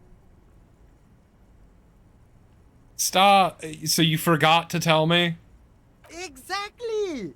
It's such a small part of my life. It's in the rear view mirror now. I'm climbing out of that hole with ingenuity. Stop squirming. What do you know about the drug operation in the harbor? Nothing. I told you. I'm not a dumb guy. I don't get involved with that crowd. Wait, what crowd? Crowd. You know, the drug crowd. He doesn't want to talk about them. He's afraid. Okay, if you don't know, then I'll tell your employer you've been selling this stuff. Okay, look. There's bad people here doing bad things. That's all I know. Please don't get me into this mess. I've been in Revachol for 15 years, working my way up. Look, we're buddies, Sealang. You help us out, no one will know it was you. It's a she, okay? The other drivers call her the lady driver. You're better off staying away from her. The way they talk about her, she's no lady. Eh? Interesting. Could this driver be connected to the Hardy Boys? Is it the old lady over there, the pale driver? I don't know. Maybe. If she is, I haven't gone near her. I don't get involved. I told you. It could be. She was strange. Or the, could she be associated with the Hardy Boys? I don't know. I'm not local. I don't know anything about that. Who are the other drivers who talk? All of them. I don't know. I told you all I know. Are we cool now? I really want us to be cool now. He's aching to get back to his usual shtick. All this whispering is bad for business. Okay, we're cool now. All right. Very cool. Let's cap this off with a purchase. A pair of funky sunglasses, detective? You deserve it. And I deserve it too. Don't you think? Okay, have a good one, man. I don't want your ugly sunglasses, they're hideous. But, we now have someone new to grill. And I don't need to worry about money for a little bit, because I don't need to worry about money. That's about it.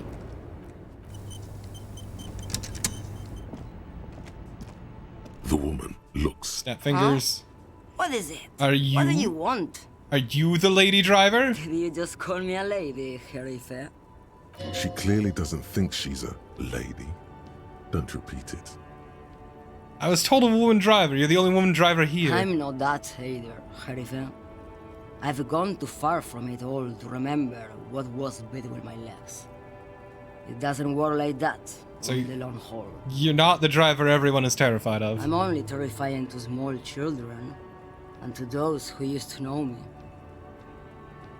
Why are you scary to those who used to know you? Because they can no longer recognize the person I once was. Yeah. You said the long haul, that's... The big ones, the trucks. There's no women and men there, it's all just... In the middle of this town, there's a ghostly motorway. It takes all the people where they want to stay. Yeah, I am guessing that when you start getting other people's memories mixed in with your own, identity becomes fuzzy. You feel very cold suddenly, as if standing face to face with a terrifying adversary. Then the feeling dissipates, and all you see is an aging woman. It was the female driver I was told of. How should I know? Do I look like I spend a lot of time with the other communers sniffing around when I have my movies to go to? Oh, thanks. Oh, Sim.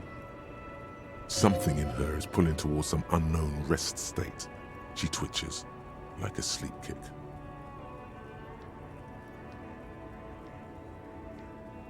Okay, well, it's been nice knowing ya.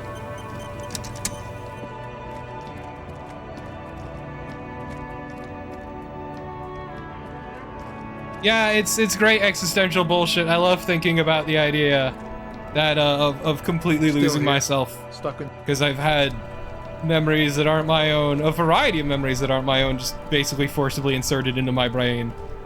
It's part of my job, basically. It sounds wonderful. I like playing in the dark. Sharpens your nocturnal instincts. Hey, I found a Feels guard like booth. being on recon. Yes. The Debardeurs Union pays me to stand vigil during the nights. Not out of any political allegiance, mind you. What, Norporgy? What's confusing you? I'm an old man. Don't sleep more than a few hours every night anyway, and money is tight. He feels like he has to justify himself Yeah. for some reason. So, Norporgy, to clarify one more time, to clarify because this was last stream. Basically, in this world, you have your pockets of land, the Solas, or the Islas, I should say, the Islas. And between those Islas, not pockets of land, but pockets of matter. So that includes things like seas and land and all that. Between these Islas are pockets of unknowable matter. Some call them antimatter, some call them pockets of entropy, known as the Pale. 2 to 1.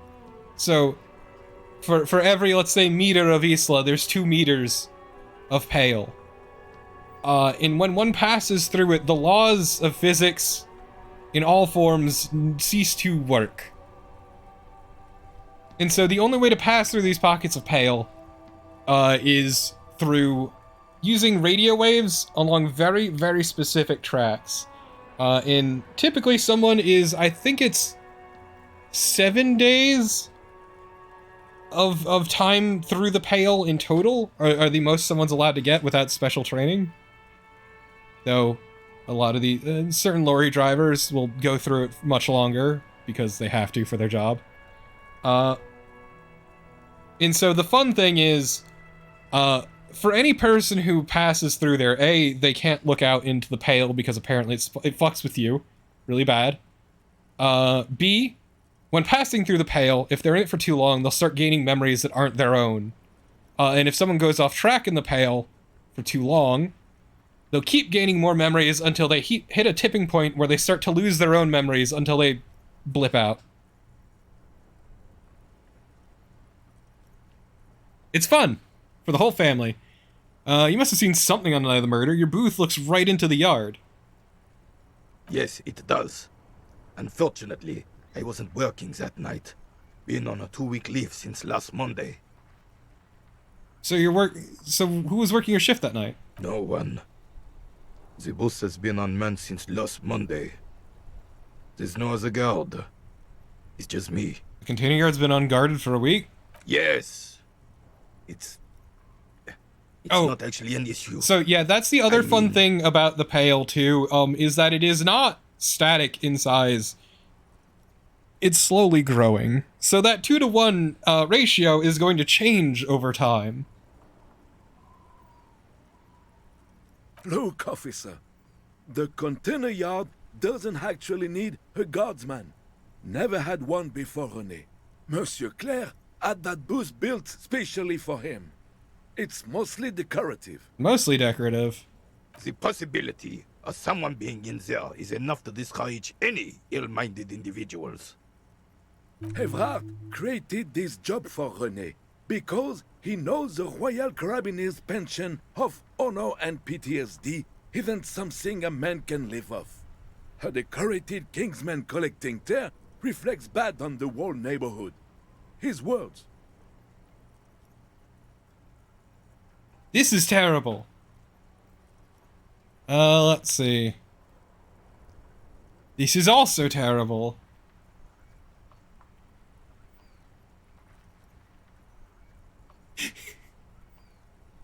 We could own it. We could own it. Evrard, big guy. No, I disagree. Weakens man, no. René is... There's absolutely nothing wrong with tear collecting. It's my side thing too. Proudly hold out the tear bag. Oh, I didn't mean to imply there's something wrong with that. I do it too. Everyone does it. It's an excellent side thing.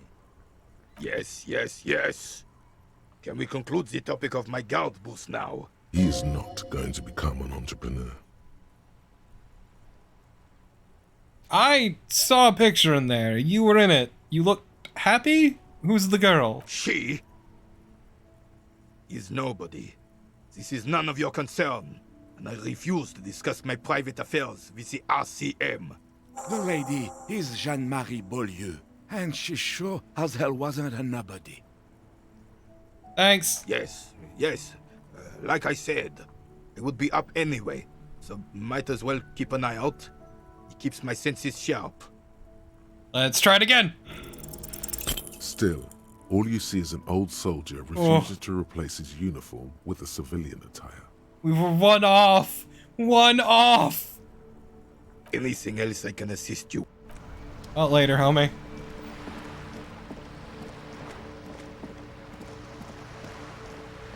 Doop-a-doop-a-doop. Okay, yeah, actually, I know what's going on here. Now I have officially talked to everyone. And unfortunately, that included talking to the racist again, who I really don't like talking to. I don't care for racists, and if I could karate kick that man in the face like I did Measurehead, I would. You're back. Good. What can I help you with? So, Word Lorryman has roundabout. travelled, yes, but nothing of real substance has surfaced yet, I gather. While...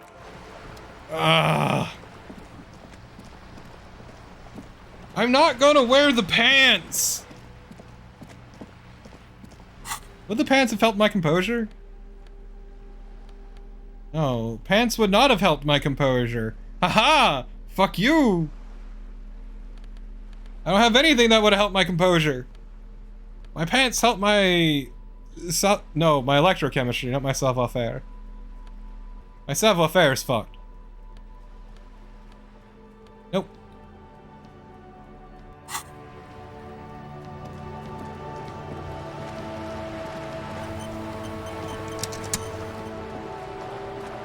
Going back down the coast. I guess I can talk to the lorry drivers again.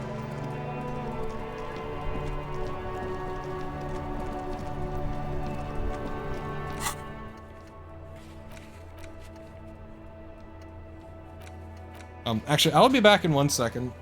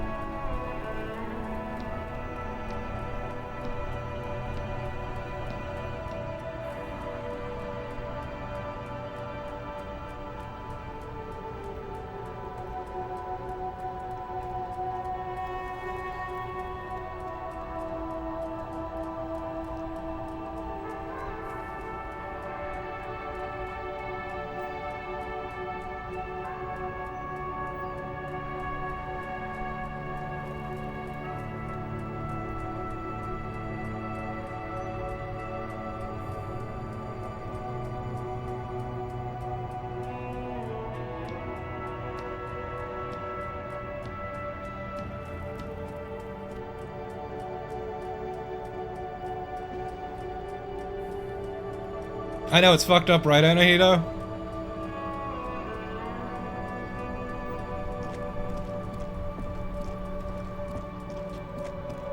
Hello, homeless man. You got something to talk about? You ain't got shit? Okay. Now it's turning into a kind of a snow limbo. Do you know who this lady driver is? I don't want to talk about that. Why, do you know something? I don't need... Whoops. I love hitting things. It's great.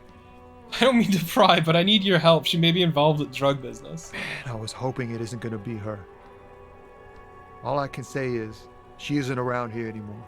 She isn't some evil drug trafficker. And I don't know where she is. Who is this person? What's her name? Thank God I don't know. People here call her the Lady Driver. She kept her name a secret. From me too. Who Now is I she to see you? why. A friend? An acquaintance. I don't know. She was the only person in this damn jam I could talk to. She's someone I don't want to rat out to the law, okay? Ah, I see. What does she look like? A youngish woman. Gruff, but in a cool way. What color hair? Blue and violet. Dyed. It was violet when she got here. Blue before she went. You said you didn't know. Now you saying you do? I didn't, man. I told you I was hoping it's not her. That she wouldn't be mixed up in it. He still is. Hoping. It's just wishful thinking on his part, not trickery. She does sound cool, but unfortunately, We need favors. We need allies. We need money. Damn, I don't want to... Please just let it go. Whatever she did, it can't be that bad. She's not a bad person. I know that much. Can't just let it go. It's part of a police investigation. That's how it always is with you, isn't it? All part of the investigation. The girl's troubled. If you hunt her down, she may not survive it. I can't have that on my conscience. Troubled how? She's got the darkness in her. That young person's darkness when you think it's all over. And you're looking for a way out. She shared this with you? Yes. Which is why I don't want to snitch on her. I was told everyone's afraid of her. You're not? I heard the rumors. I saw the other drivers looking at me strange when we talked. And she told me, too, that she's had a violent life. But I wasn't afraid of her. More like for her. Did the violent life include drug trafficking? Well, it looks like it did now.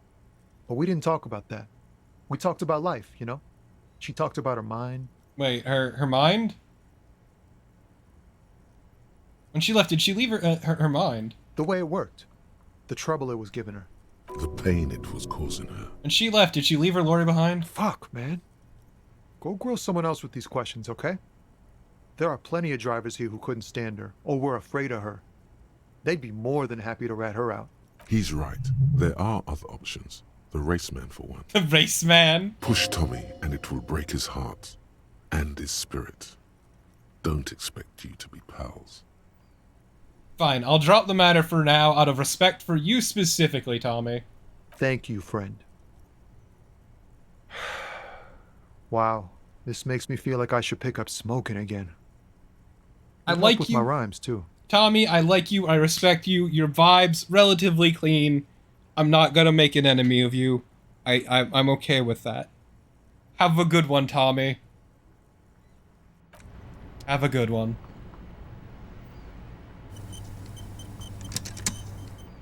Yeah, Tommy the vibe driver, he understands. Unfortunately, that's not my problem. Looking for something? Fess up, where's the lady driver? I don't know what you're talking about. You knew Sealang didn't do it. He did something. He stole his employer's goods and another honest lorryman's job. Talk to him. I don't know anything. He's been expecting this. He's really puffed himself up. Then why were you smirking? Listen up, fuckwit. You don't scare me. You cops don't run Rivachol West. You don't run Martinez. You don't run shit. Actually, we do. I ain't saying nothing. Yes, you are, or you're coming to the station. No, I'm not. I'm not coming anywhere.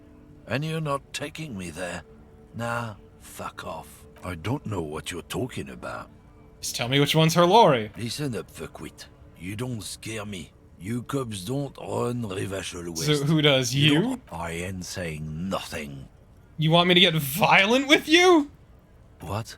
Here on the street? You won't? Now. Did you not see what I did to Measurehead, motherfucker? I'll do it again. I don't know what you're talking about. Listen up, fuckwit. You don't scare Who does, the lady driver? I ain't saying nothing. Who is the lady driver? You won't get in any trouble? I'm not in trouble. Okay.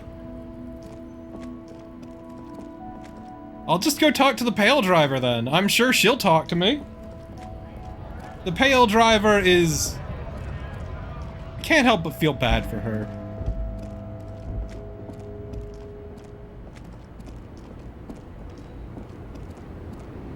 Yeah, I can't beat up the racist. It's a fucking tragedy. The woman looks. Huh? What is it? What do you want?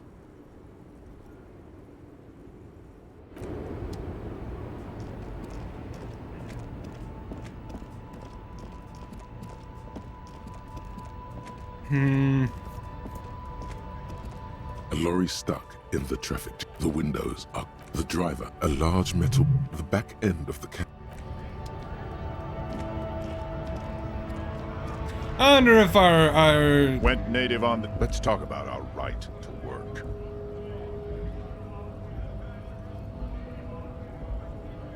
I don't care about your right to work. Fuck off.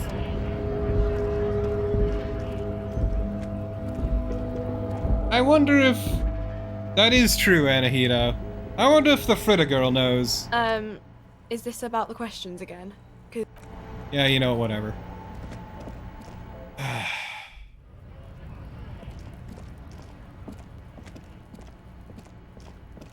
Honestly, I think I just need to get anywhere in that investigation. I think I need my good buddy with me. An old call box with a matrix of push buttons lists.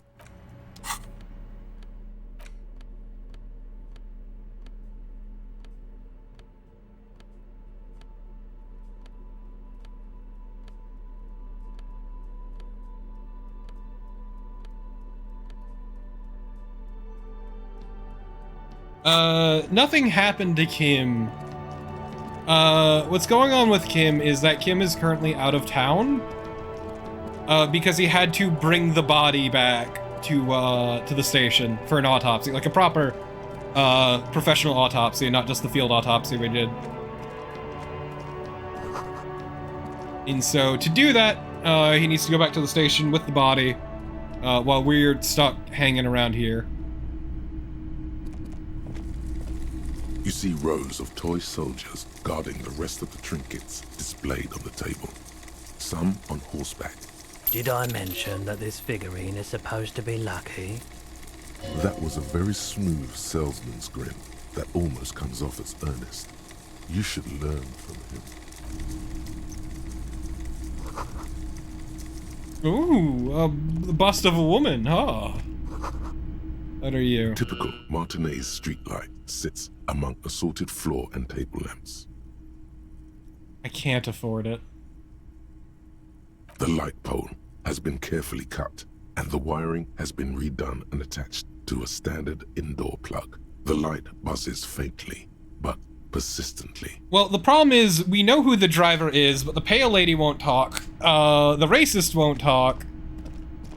And the only one who could possibly talk, I don't want to grill, because I like him, and I don't want to alienate him. And, Sealang here, I don't think we'll talk either. Still cool here, officer. No need to dress this one up. Oh, okay.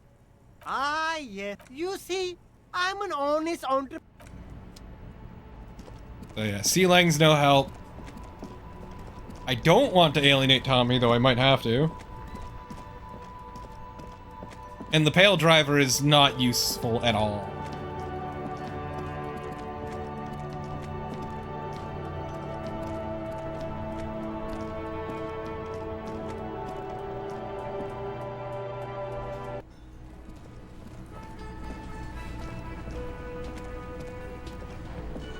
Doom Spiral? What are you talking about?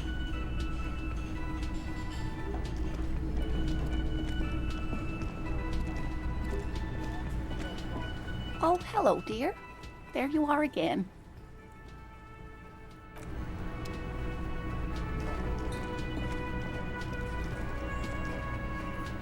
I've got nothing to say to you.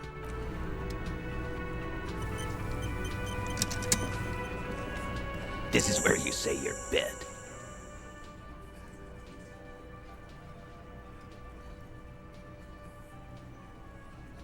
Let's not say anything yet. Hey, dipshit. You hard of hearing or something? Cross our Boss man's arms? talking to you. What, is he fucking kidding? This guy high or something? Hey, asshole, up here.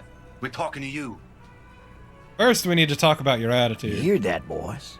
Looks like the RCM sent us a big dick cop. You don't get to tell me what to do. You might want to start asking your questions now. It's not going to get better than this. These guys are so macho, they're ready to confess to first-degree murder. Ask if it was them. Did you do it? So, you're not just here to swing your big dick. You're here for the pretty boy. A real looker, that one. Stinks like shit, too. They love him, boss. Spend all day digging around in there. Can't get enough of that pretty boy smell. So why was there a container belt around the man's neck? Container belt? Like we use in the harbor? Yes. Because we took it from the harbor where we work. Then we went out back and used it to hang him. We did this together. All of us. Until he was dead. That's why there's a container. So you just confessed to murder? Goddamn right. No. These 7 honest men have equally come forth. They told you what happened so that you don't waste any more of your time.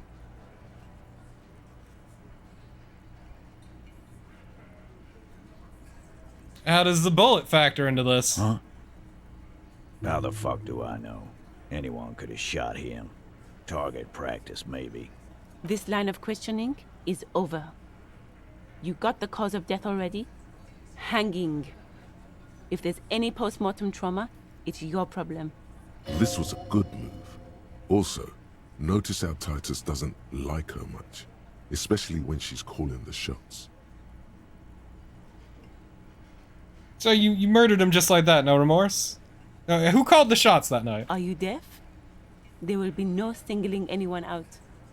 You can't arrest a Hardy Boy without arresting all Hardy Boys. Do you think you could do that? Do you think you could arrest them all? No, but address Titus. No, but seriously, who calls the shots around here? Who do you fucking think does? Pointed Elizabeth. I thought she did.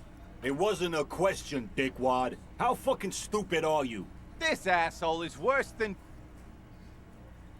Titus runs the Hardy Boys, genius. That's why we're called the Hardy Boys. Ain't that right, fellas?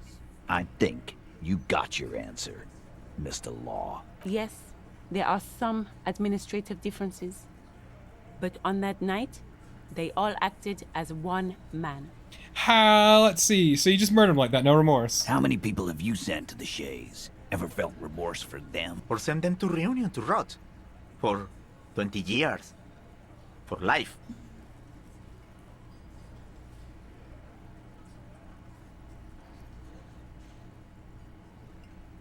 I don't like any of these answers, because the actual answer I have deduced is, no, we fucking hate the fact that we've killed people, given that we've only marked down 3. And when you're marking down that few for how long we've been in the job, you don't write that down as something you're proud of.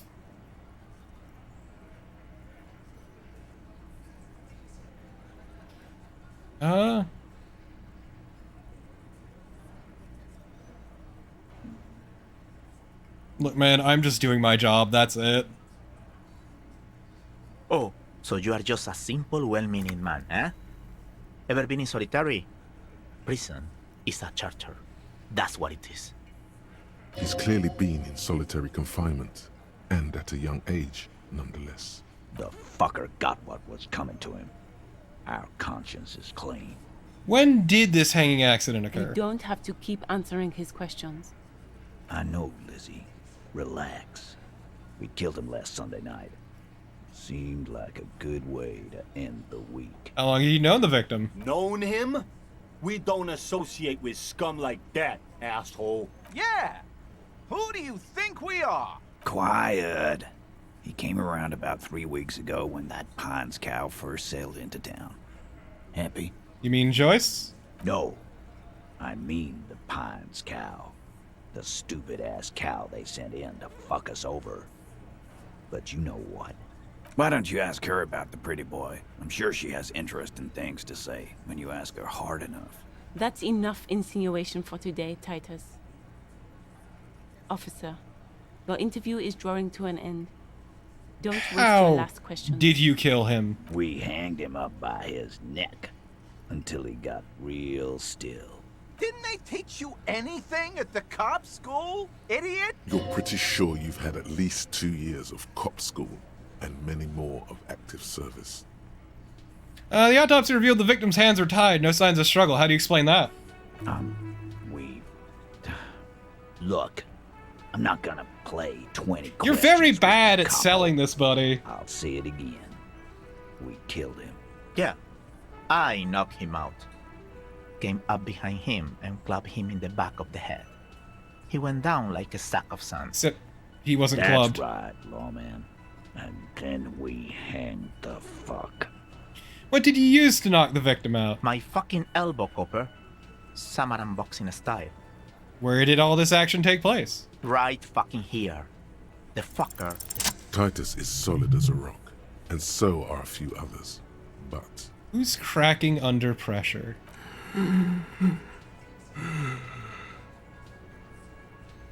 This one. He's sweating profusely and has difficulty breathing. They've smartly kept him out of the conversation. Definitely the weakest link in the chain. Hey, you! You having trouble breathing over there? No. Of course he's having trouble breathing.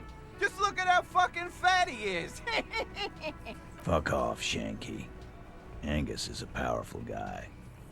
All muscle. keep your eye on this powerful guy.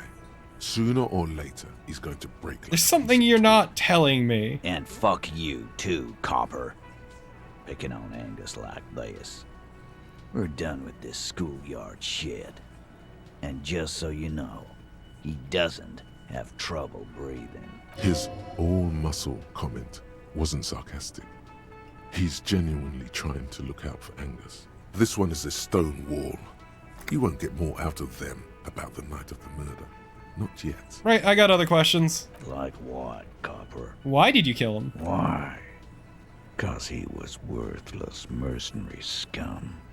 And he stepped out alive in my town. So he's a mercenary and that's it. And he stepped out of line. What kind of mercenary? The kind that shows up when you start a strike. The experienced kind, too. Had Cohoy and Semenine written all over him. Ex-Oranese Special Forces. A live grenade. Right here in our bar. This one has a special gripe with him coming here. I can't prove it, but I know he was sent by the Wild Pines. They hire merc shit like that. Story of every strike from here to Samara. So how did you know? Cause one night he walked straight up to the mic and said, "I'm Oranese goddamn Special Forces, and I'm gonna fuck you all." Really? Yeah, really. Had a gin and tonic up there, sang some Oranese paratrooper song, and said he's gonna fuck everyone. We couldn't believe it either, but he fucking did, right there. Like some kind of animal. Okay, but what did he do? Wrong. He harassed women, raped one, harassed workers, threatened to kill some as a warning. There's slight unease in him suddenly. He regrets mentioning the rape. To kill us all, if we don't open the gates, if we don't let the scabs in, if we don't bend over. And that was before he started coming here. Yeah, he said it was his favorite joint now. Started to come in here every night. Drinking, grabbing girls, grab one of ours mid-karaoke, right there on the stage. This sounds like something to talk to Sylvie about. You grab Yeah. someone? This girl's on the mic, a beautiful girl, young. Gets into the second verse of Lover Lake. The fucker grabs her legs, starts screaming, "Show me your cunt! Why don't you show me your cunt?" Then, he gets knocked on the head with a wine bottle, doesn't even fall down. So was she the one who was right? Aren't you fucking listening? My man is talking to you. He took care of it. They got the girl out before anything else could happen. Yeah, me and Eugene got her out. Aren't you fucking listening? Then I don't like these questions. Who did he write? No, you're not getting the name. That's a Martinez matter. And I'm not discussing it with you clowns. There's nothing you can do for now. He's stonewalling you.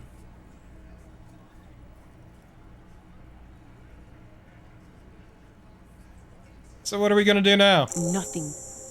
Your investigation here is done. You should go back to Jamrock, to your station, where you belong. Yes, run home, lonely rent-a-cop. Real law officials are done with you. You're lucky you didn't get a beating. Rent-a-cop. So that's what this is about. He doesn't see you as his equal. Forget about their games. You've mapped out the characters. Reading the footprints in the yard should be easier now. Still haven't explained the bullet I found. Scan the room. No. I's here. You got business with my boys. You got business. The boys are too eager to please him to keep their mouths shut. You're gonna get a good head count here. Just wait. Yeah!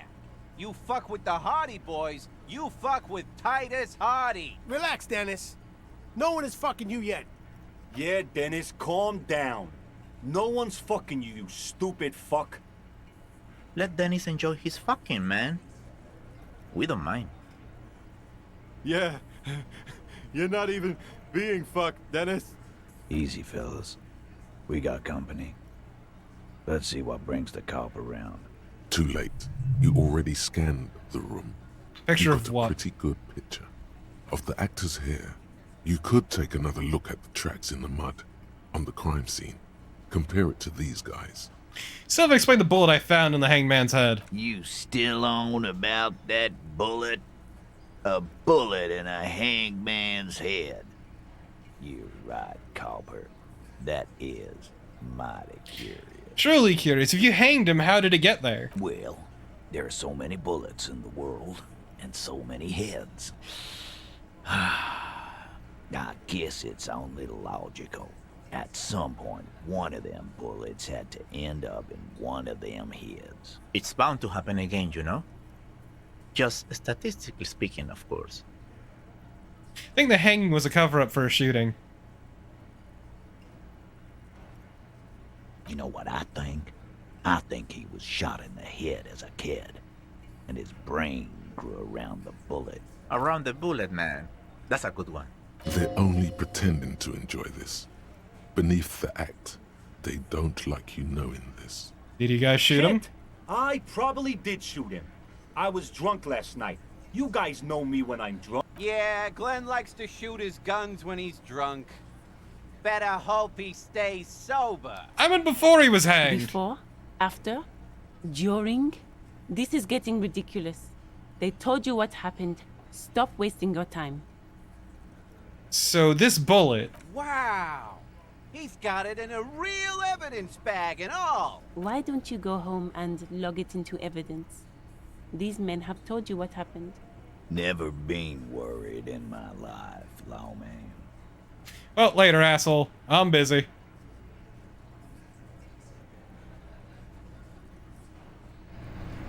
Well, time to go to bed. It's been a long, terrible day of scrounging together cash. And we miss Kim. More than anything, chat, we miss Kim.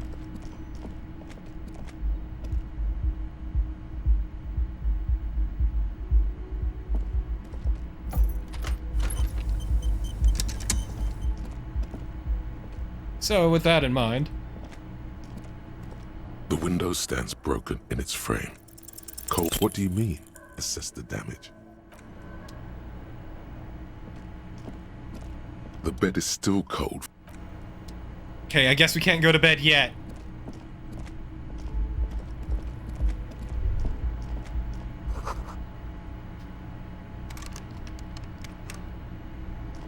A mirror hangs on the bathroom wall. In it, your face, adorned with the expression.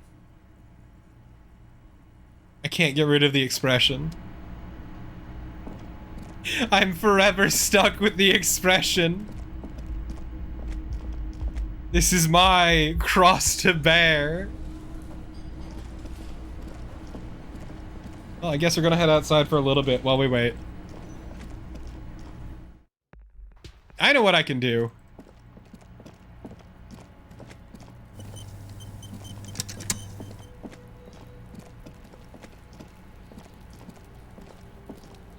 There are several footprints. Sitting at a desk, Lieutenant Kitsuragi... No, we can't actually figure it out without Kim. What a shame. An inconspicuous pile of the roofing material, Eternite.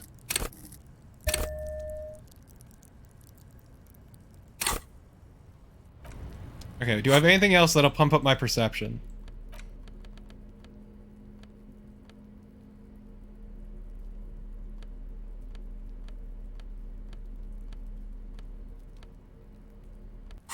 Let's give it another attempt. Inconspicuous pile of the roofing because it's nice and orderly. Well-laid palette. It reveals I'm so no tired. secrets at this time.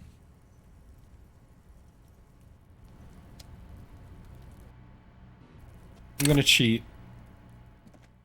This is... I normally don't want to do this, but also this is actually getting fucking annoying.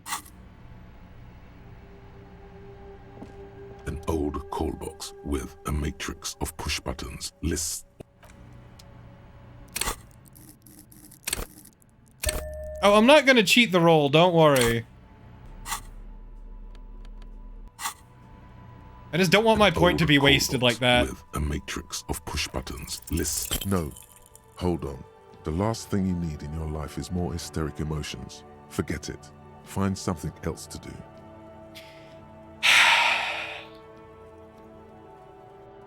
It's not my day.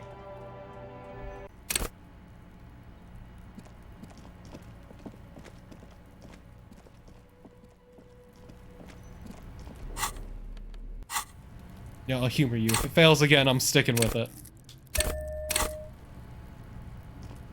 An inconspicuous pile of the roofing material, Eternite. Because there's a secret door hidden behind the panels of Eternite. True.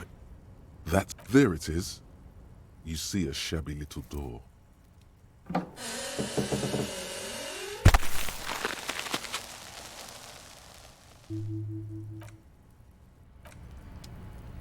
I got angry over numbers for the first time.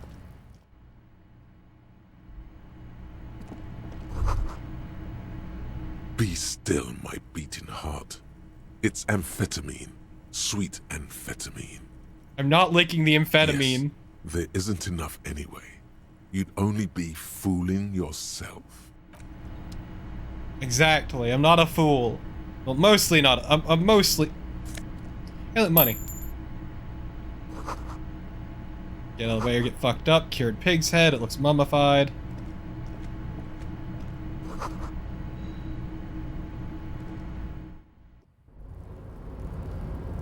I was so tired of failing this fucking thing. Every time.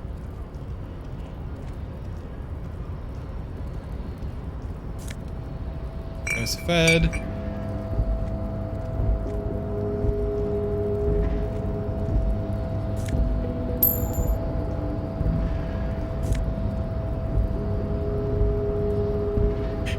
What does that fucking mean?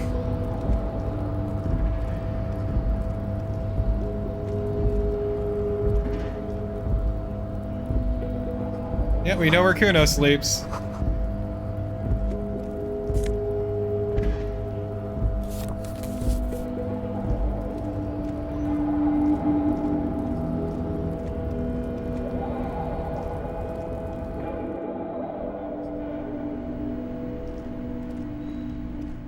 One day I will see into the depths. How neat. One day I will see into the depths of the Kuno and understand why he's so deranged.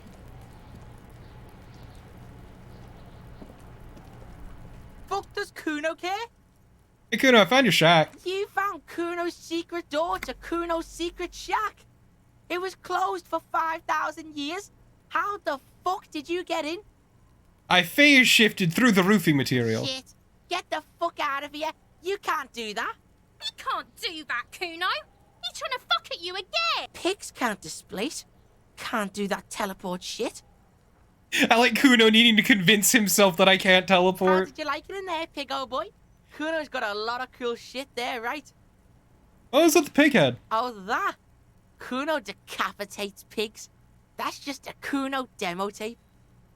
Demo tape, like some kind of musician? Cool pig head, I liked it. I got one... I got one too, this one. Point to your head. It's shit. What is this shit? Fucking on yourself. This is weird level shit. Kuno doesn't go there. I'm playing mind games with Kuno. Put your shit back to normal. What is this? Found a plate covered with powder residue. Know anything about it? That's where Kuno gets his daily hit of electric. Kuno Shazam. Kuno rides the fucking lightning in there, pig. Bet you'd like to ride the lightning too, wouldn't you? You feel tired and old, but you could have that sparkle in your eyes. What's with the tube of Magnus Lamb, Kuno? It's a vitamin, pig. Don't you know anything? You could use some. It's magnesium, right? Yeah, it's the mag. You fucking need that shit to stay on top of your game. Kuno goes through like a tube a day, rips mag like a motherfucker, and you could use a bottle. Kuno, that can't be healthy. Teach him, Kuno! He's gonna use it against you, Kuno! Come on, it's just magnesium. Don't mystify it. You're not getting this, Pig. It completely takes away the hangover. It's like you didn't do anything. Like you stayed home playing with your choo-choo. Fuck you, Pig! Don't do mag! You're gonna OD and you're gonna fucking die!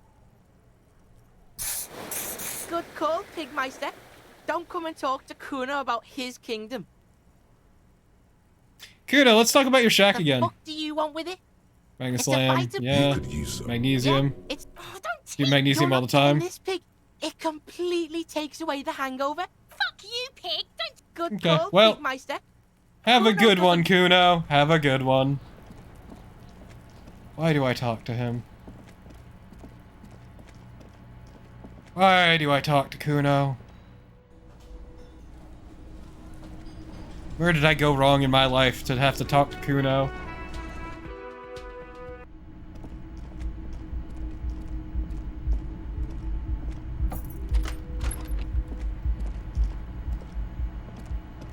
The bed is still cold. Go to sleep. The bed is still cold from the wind blowing in from the broken window.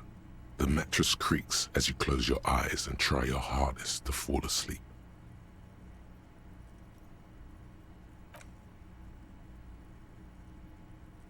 Here we are again, my broken bud. The waves are coming, carrying you away. But you can't go. No, you have to stay. Always half aware of yourself. You're not cooperating, brother man. Why? It's your disgusting body. Even through your sleep, you feel a vague discomfort suffusing it. Your belly and your sides are unpleasantly tender. You wish you could curl up into a fetal ball of safety. But you cannot, because of the pain. And there's a lot of it, ever present in your organs. It's like every one of them has their own nasty song to sing. Every cell in your body is moaning in agony, asking, what did we ever do to you? I'm sorry, Cells. It's all me. It's all my fault. Now, you're finally thinking about something other than yourself. Let's see how far that'll get you. I know which one I'm gonna choose, but I'm an artist and liver damages my art. It's very good, very powerful. I think I need medical attention. No, these are my just desserts. I will endure this pain with dignity. There's no dignity here. Only reflections of your body mass. Flashes of the day. You keep coming back to yourself in the mirror. But why? To admire all your accomplishments? Also, I'm gonna be real. Is it me or do the voices in our heads seem louder than everything else has been? You're just stuck here, in the half-world. Could try looking at other people, really looking. But why would you want to start doing that? Because of the vibes.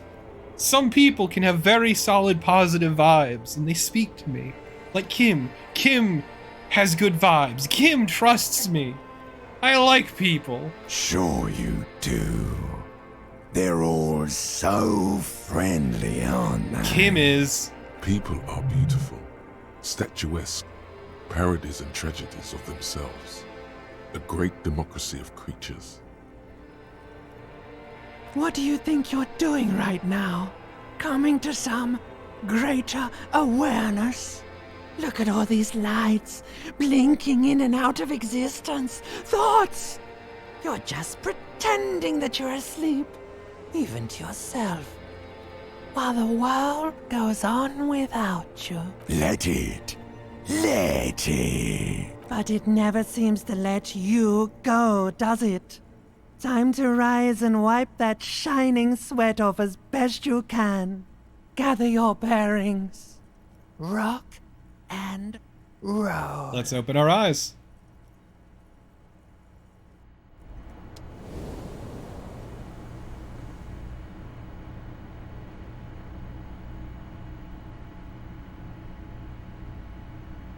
Well, time to get up. What a happy fucking morning.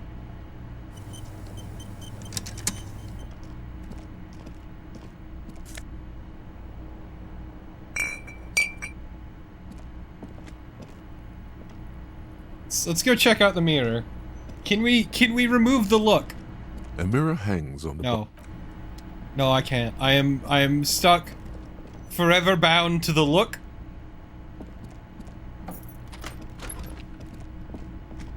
It's horrifying and tragic, and I hate it.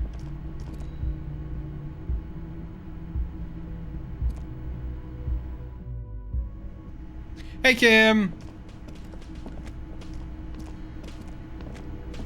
How's it going, buddy?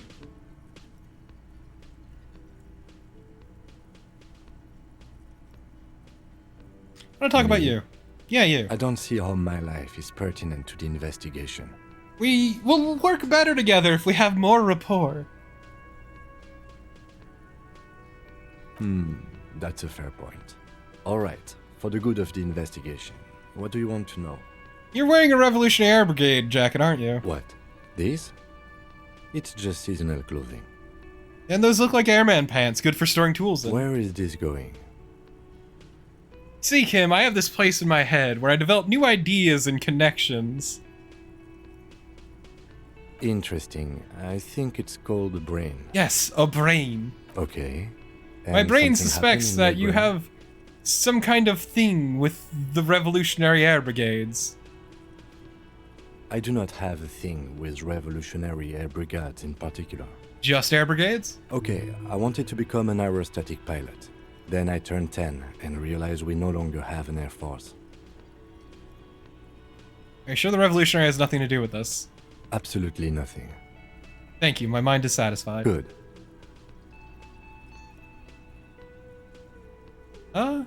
You ever talk with yourself? What do you mean?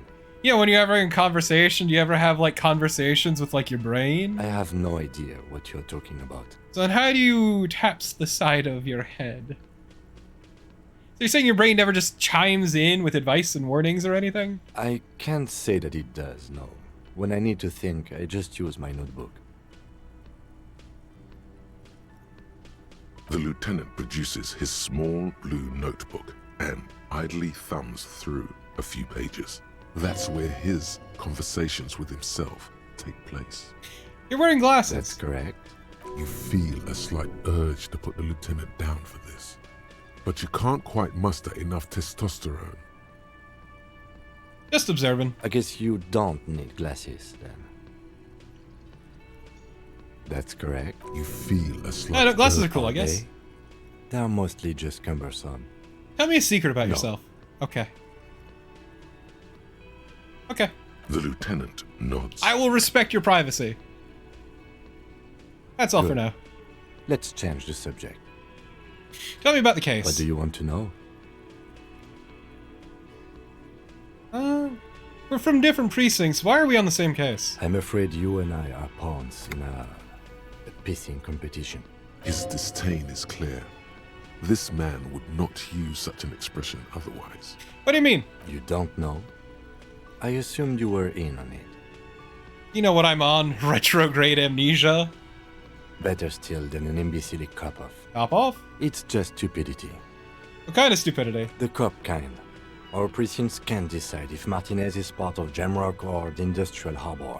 Yours or mine, as if we somehow own parts of the city. Typical street gang mentality. So we've let the Union make a mockery of law enforcement here.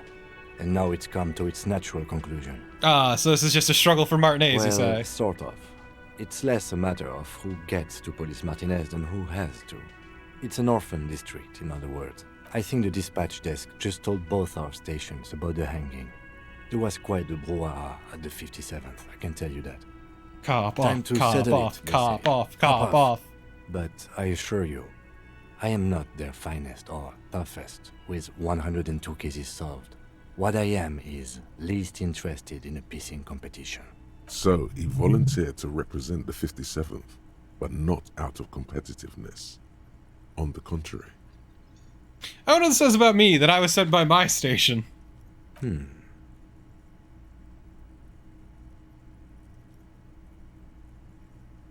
Inaugurate an apocalyptic omen sent by my people. No, we know our kill count is 3. Don't be scared, but I might have supernatural abilities. I was sent here to teach you a lesson in style. There can only be one conclusion on the finest cop we have, a hero cop sent out to form you in every way imaginable. Don't be scared, but I think I might have supernatural abilities. He opens one hand and looks at it. Which school do you subscribe to? Mambo or Jambo? Jambo, I get these strange shivers from being hungover.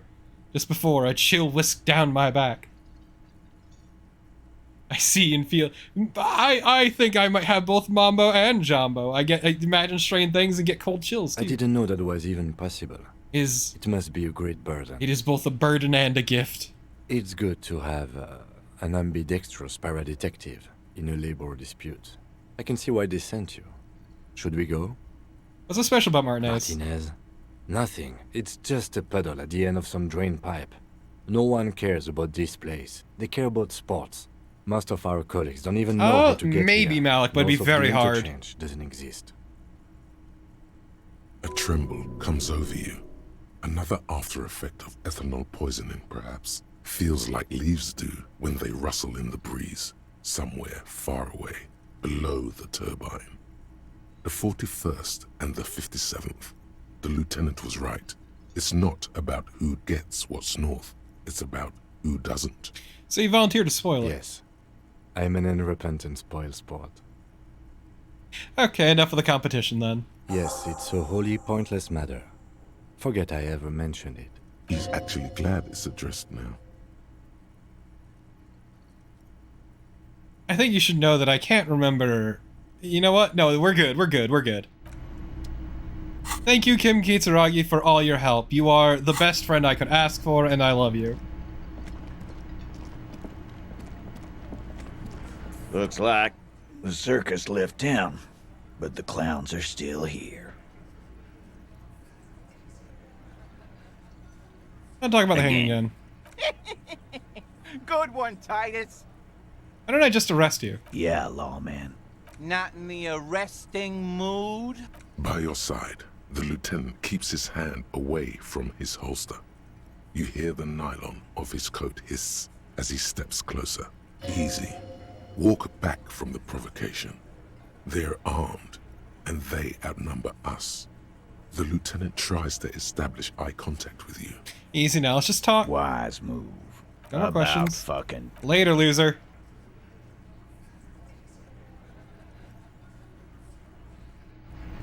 I'm sorry to tell you this, Hippophant, but no. I tolerate chat. I am friends with Kim.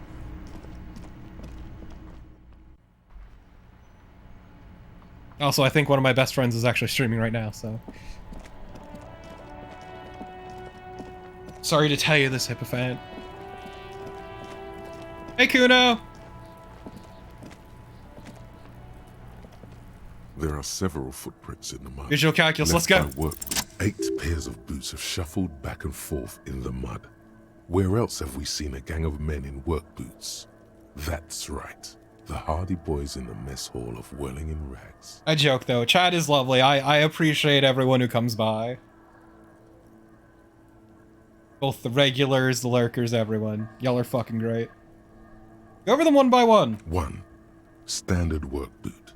Steel reinforced toes. Number 46. Just like Titus was wearing in his booth. This is the big dick. Titus Hardy. The one with the ball cap on his head. Interesting. Is it? They didn't even bother to change boots. Putting them on the scene is easy. Maybe even too easy. They're covering for someone. 2. Standard work boot. Steel reinforced toes. Also, weren't there only 7 of them, not 8? Either the blonde muscular guy, Glenn, or the young guy with a I'm looking for the pair of shoes that stand out. 3. Hobnailed work boot. Steel reinforced toes. Number 43. The inked banger, perhaps. 4. Standard work boot. Number 45 or 46. Theo, the old smoker. You think you even see a tiny fleck of cigarette ash inside the print. 5. Another standard work boot. Reinforced toes. Number 44. Same as before. But yeah, we're looking for the one that isn't the Hardy Boy. Or the muscle-bound blonde, Glenn. 6. Light as air. Same make of boot. But number 41. Small like a rat. Shanky. Should have gotten this earlier. Better late than never, detective. The whole world is dark and the tracks burn in it with strange beauty. 7. The glowing outline of a standard work boot. Number 46. The imprints are twice as deep as the others. The weight exceeds 200 kilograms. Fat Angus. Carrying something? Fat Angus carrying the body so they can set it up for the murder. 8. Another standard work boot. Number 44. There's an aberration in the pattern of the sole. The right sole is smoother, more worn. Curious. A missing 8th Hardy Boy. 7 sets of tracks, right? The Hardy Boys were here. 8, actually. That's all? Interesting. Then one of them seems to be missing. Anything else out of the ordinary? A leader like Titus doesn't let one of his guys out of sight easily, especially at a time like this. Point at the aberration. One soul is smoother than the other. Interesting. Let's name it the Old Soul. I wouldn't be surprised if this was the missing Hardy Boy. Wonder who he is. You have any ideas, Lieutenant? Someone operating a workbench with a pedal? Like a joiner at the harbor.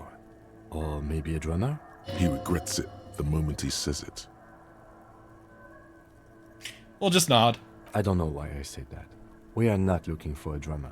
We are looking for a group of dock workers. I wasn't gonna say anything, Kim. I was gonna let it pass. The lieutenant clearly appreciates the chance to clear up the drummer issue himself.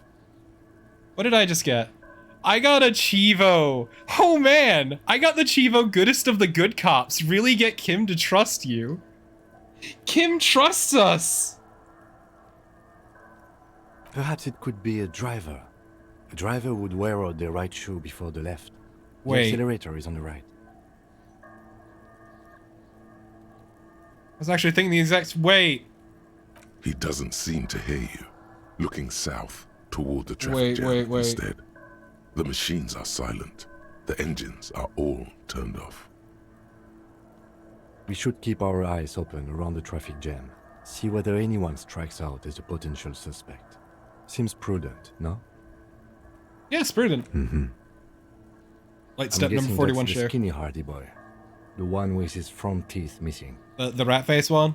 Yes, well, he did look a bit like a rat. You're right. Do you think those prints belong to him? Yeah. I could still be wrong, but I'm probably not. Everyone 200 kilogram footprint. 200?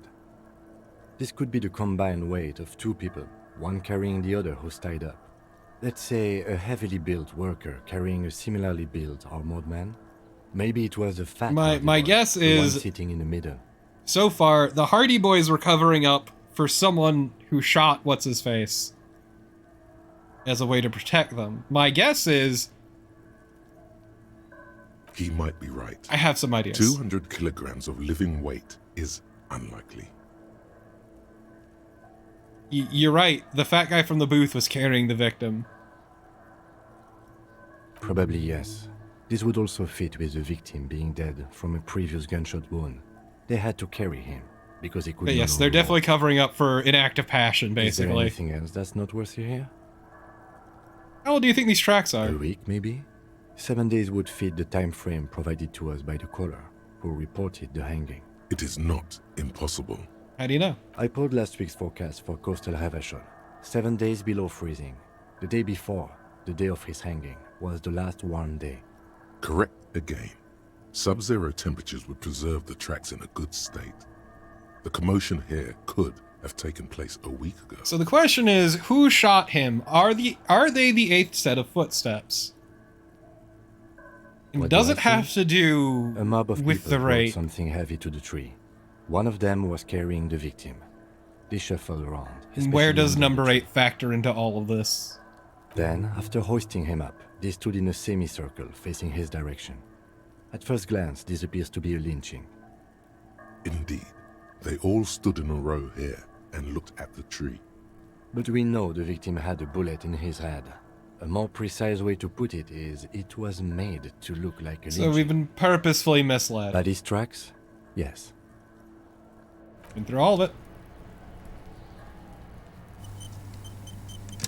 Hey, Kuno. Kuno doesn't fucking care. Empathy. How close are we to level? Not close enough. Yep, that we do know. We know that number 8 is the missing person as well. We don't know who the missing person is, but we do know that they are a worker. So my guess is they're trying to cover up for something related to number 8. Be it something they did, or someone that related to them. Inside, you see a set of steering levers, a radio microphone, a pull-out toolbox, and the soft glow of the fuel.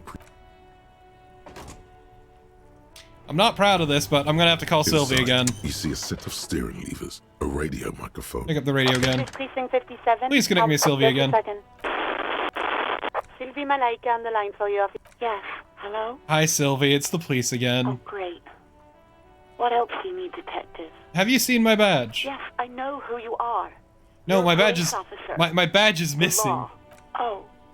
No, I haven't. Sorry. Real policemen have uniforms too, by the way. Where's yours? Kim doesn't have a uniform and he's real to me. He's in plain clothes, voluntarily. It's different from not knowing where your uniform is. There are officers who wear the signature Perseus black uniforms to the highest ranks in the RCM and end up buried in them as well. Others do it more casually. Looks like you're one of them. Have you seen my gun? Please, no.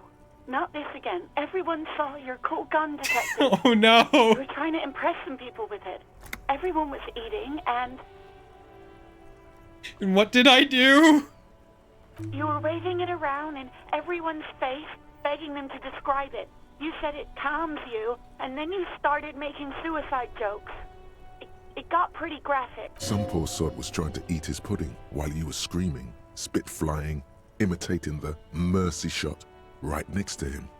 Spat some in his food. I don't think he touched it after. Okay, I don't know what to say. Me neither. Yes, but what happened to my gun? No idea. All I know is next you were waving around money instead, saying things like big bucks cannot lie and guns can't buy money, but money can always I buy like big guns. bucks and I cannot lie. You other brothers can't deny. It almost looked like you pawned it. But believe me, I did not ask. Yeah, I found my patrol cloak earlier, but have you seen my policeman uniform? Uniform? I never saw you in any... Somewhere in a dank rental apartment, 2 police officers stand in the dark. Trash and liquor bottles cover the floor. Things are not good. One of the men, trying not to slip on old newspapers, makes his way to the window and pulls the curtains apart. Roaches scatter as the light comes in. God damn. Officer Michelle Elfboy Williams speaks to himself. His partner, Sundance Fisher, looks at the patrol uniform he's wearing, then at an identical suit frame on the wall. It's blue and covered in dust. Let's get the fuck out of there. He turns to Williams. He hasn't been here in days. It's true though, if I sell my gun, I can get money to buy a Anything else I can gun. help you with, officer? 57. In the cabin, you see a set of steering. And if I have money to buy a gun from selling my gun, I can buy a gun. It's very simple. Okay, let's look at The this. bullet is safely sealed away in a plastic bag bearing the RCM stamp. Beside his orderly handwriting, the bullet looks especially sad, like a tiny, shriveled head of cauliflower. What do I do with you, Bullet? What? Said, what do I do with you, Bullet? Well, if I was the Bullet, which I'm not, I would say find the weapon that shot me. Good idea. If we find who owns it, we will have likely found who used it, possibly to kill our victim. In conclusion, the more we know about this bullet of yours, the better. Feel the bullet through the The bag. squashed bullet has some sharp edges where the jacket has split open. It feels cold, even through the bag. Inspect the bullet closer. The jacket of the bullet is made of a yellowish metal. It has blossomed out to reveal a dark grey core. The base of the bullet is close to 5 millimeters in diameter. Look at the jacket. You can just about make out a few striations near the base of the bullet. Little hairlines, linear. It feels standard. And the core? It's quite destroyed. Some of the fragments are still lodged in the wound. What can you say about the bullet so far? It's a jacketed bullet close to 5 millimeters in diameter. A jacketed bullet. Okay. It would have been shot from a military-grade breech-loading rifle, not from a muzzleloader like those typically found on the streets of Martinez. Even the RCM uses ordinary unjacketed conical bullets. This is strange. Very strange.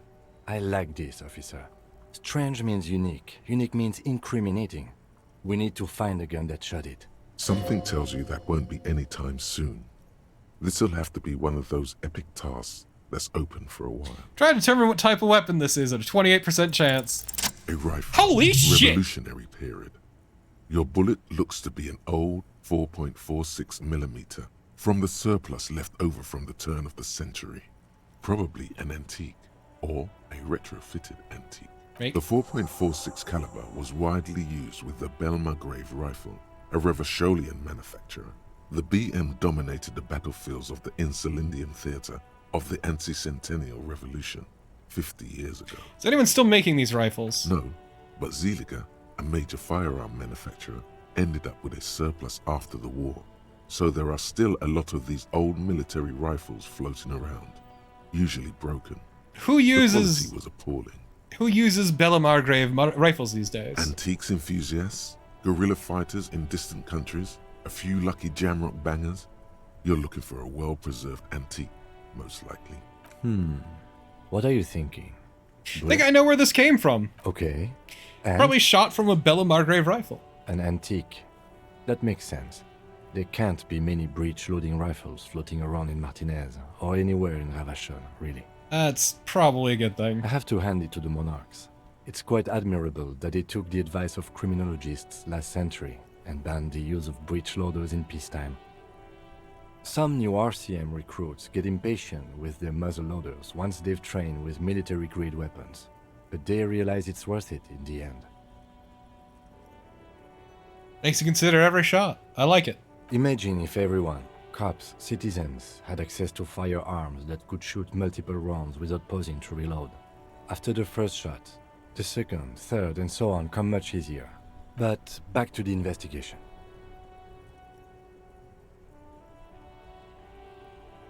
So we're looking for some antiques enthusiast? Doesn't seem that likely, but we'll check out all possible leads. Okay, an antique. That makes... I have to hand it. Some new RCM imagine if... But back to the investigation. Something mysterious is afoot with this antique bullet type. Mysterious. Okay. Either way, we'll know when we find the gun. Okay, well, thank you, my good buddy. We have learned a lot. So, luckily, I do want to say we did sell a Belmargrave. This orange machine is dead still. If you slip your finger, no.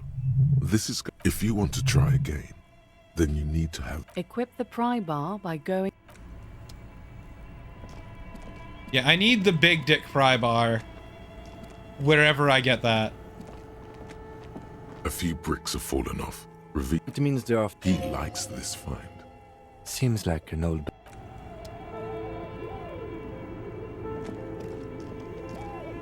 Yeah, it did. It did give us a bonus check. That is true.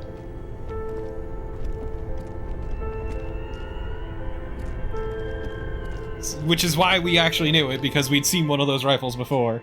Still, it was a bit of a, it was a bit of a fucking Hail Mary throw, but you know what? It worked out for us. That said, where we are heading next is south.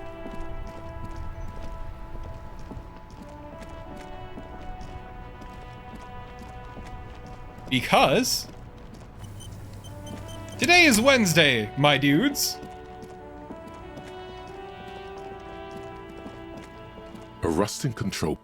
You grab the handle and pull the lever up. As soon as the metal connects against the contact pins, you hear a loud clunk. The water lock starts moving.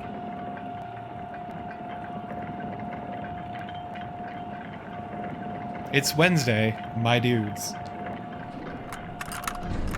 And the lock has been fixed. Okay, if we ever need to get to the coast, then this is the way. But please, contain your wanderlust for now. I don't want us to get sidetracked, not with everything that's going on. Focus on one thing, achieve it, then the next, he thinks. That's the task change. We're gonna sit on that extra point for now. Radio hums with electricity. Yeah, so we want to go down the coast. Let's go explore for a little bit. Oh, hey! A banged-up motor carriage lies half submerged in the icy water, slowly sinking into the Insulindian Ocean. Only the cabin top, rear wheels, and the engine remain visible. It must be cold and lonely down there, in the icy water. The seawater has already started to corrode the metalworks. This is where the tracks and the plaza were leading It appears to. to be so. Let's investigate. I agree. We should definitely investigate. You get a sudden, sinking feeling. Stomach acid comes up as you look at the motor carriage in the deep. Yeah, this is our fault. Cold water. We got drunk and we drove it into the ocean. That's also how the thing got knocked over. It's just a sunken motor carriage. Some motor carriages are bound to end up in the sea. Run your hand over the cold metal. The motor carriage is properly stuck in the ice. Getting it out would require a team of specialists. A single day in the salty seawater would ruin most vehicles, but this one looks worn even in places the salt water hasn't touched it. What is the make of this MC? Can I see the logo? The logo is too deep in the murky water. You can't make it out, but you do see a monkfish. Oh man, monkfish are so gross looking. Fucking monkfish look nasty. Ugh, I hate monkfish. I hate them. How long has it been there? The ice hasn't closed around the vehicle yet. My guess is it's been here since last Saturday or Sunday. Yeah, who could have thrown this into the water? Yeah, well. Looks like Jacob's journey came to an abrupt end. Your mocking tone finds no response, but the motion of the waves. Yet another case of the engine displacement triumphing over the driver's IQ. Yes. Clearly, this is a triumph. I'd say the vehicle has been here since last Saturday or Sunday. Should we do? Let's wait for the low tide and see what's inside. How long will it take for the low tide to come in? I don't know. An hour or two, tops? Sit on the tide. Sit on swing and wait for the tide to recede. As you sit down in the old, rusty playground, the world around you becomes very silent. The hinges creak under your weight, dangerously so. Nothing but the sound of seagulls high above in the sky, echoing like distant laughter. Ice cracks around the blue motor carriage in the sea. Let's whistle a tune. The tune on your lips forms a strange yet undeniably beautiful contrast with the surrounding bleakness. The vibes taught me this song. The lieutenant gives you a quick glance. Then, still looking straight ahead, he joins you with a higher-pitched and slightly more melodic trill. The wind blows. In the distance, behind the church, some vagrants are having an argument over a bag of tear they found in the reeds. Further away, a flock of seagulls lands. The clouds pass in the sky, and the shadow of the swing moves like the hour hand on a timepiece. 30 minutes have passed.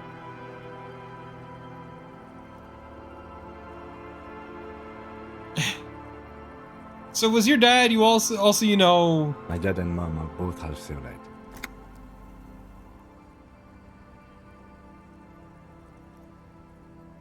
Oh, so both.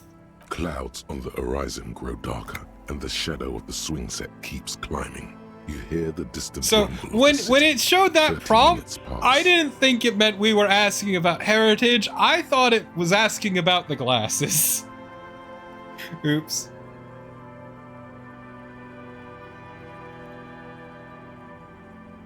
Think I'll ever find my gun? God, I hope so.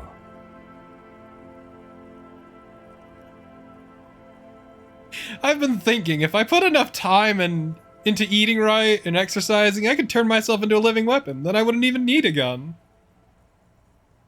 Your voice echoes on the water, strange and out of place in the environment. 30 more minutes pass. Can you make out the mark now? Detective, I've been able to make out the mark ever since we arrived. I find it odd that you haven't. It's a Coupri, Model 40. Yes. Why haven't you? It is a simple and rugged machine, favored by working men, government offices, firefighters, animal control people. You know, those kinds of people. Is that a number on the side? Yes, 41. What do you think it stands for? Guessing district precinct, something municipal? A precinct, yes. A police precinct. Precinct 41, your precinct. A massive pit opens up in your stomach, and the most terrible feeling comes over you. No. Just nope. Say no to this, Harry. Oh my god, it's mine! I'm afraid so, yes. It looks like you started in front of the whirling, jumped over the canal, and then drove your vehicle in the sea right here. The badge, the gun, and now this? The lieutenant adjusts his glasses and doesn't say anything. There is also a fourth thing you've lost. Fourth thing? More precious than the gun, the badge, and the motor carriage combined. Lost forever into the deepest of seas. They're not gonna take me back after this, are they? People are more valuable than machines. Training a police officer is even more costly. How do we get it out? Detective, we don't. A rescue operation really isn't viable at this point. Well, at least I can see what's in there now. Yes. Let's go take a look. We found the traffic hooligan. Okay, let's go crack that bitch open. Let's see, we got... Oh, hey! It's our badge! And a commander's jacket! We got our badge back! A police badge on which you see the photo of a man. You. Some seaweed is stuck to the back. I found my badge! I think something good came out of all this. Encased between two durable plastic sheets is a bluish card with lines of information and a watermark in the shape of the street grid of Revachol West. You see a photo, a name, a rank, a document number, the date of issue, and, in the lower right corner, your precinct. Look at the photo. The man keeps winking at you with his green-grey eyes. The photo is old, no doubt about that. Good choice. A newer photo would look different. How old? 8, maybe 10 years. The guy in the picture is rather good-looking. He's got a nice haircut and is distinctly lacking in massive sideburns. Why is he winking? What do you think? His face is already contorted by the expression, although it looks less grotesque on him oh no, than it does on you. We've had the expression for a decade. It looks better on him because he isn't in as much pain while producing it as you are now. Although there's already a hint of that pain. Don't be fooled. The bad times have already begun. The badge in your hand shines as you rotate it. Catch it. Harrier. That's long for Harry. So you are Harry. Everard was half right. Probably not a lot of people know your full name. Wait. How do you know what Everard said to me? You weren't there, so how do you know he called me Harry? And Mr. Dubois?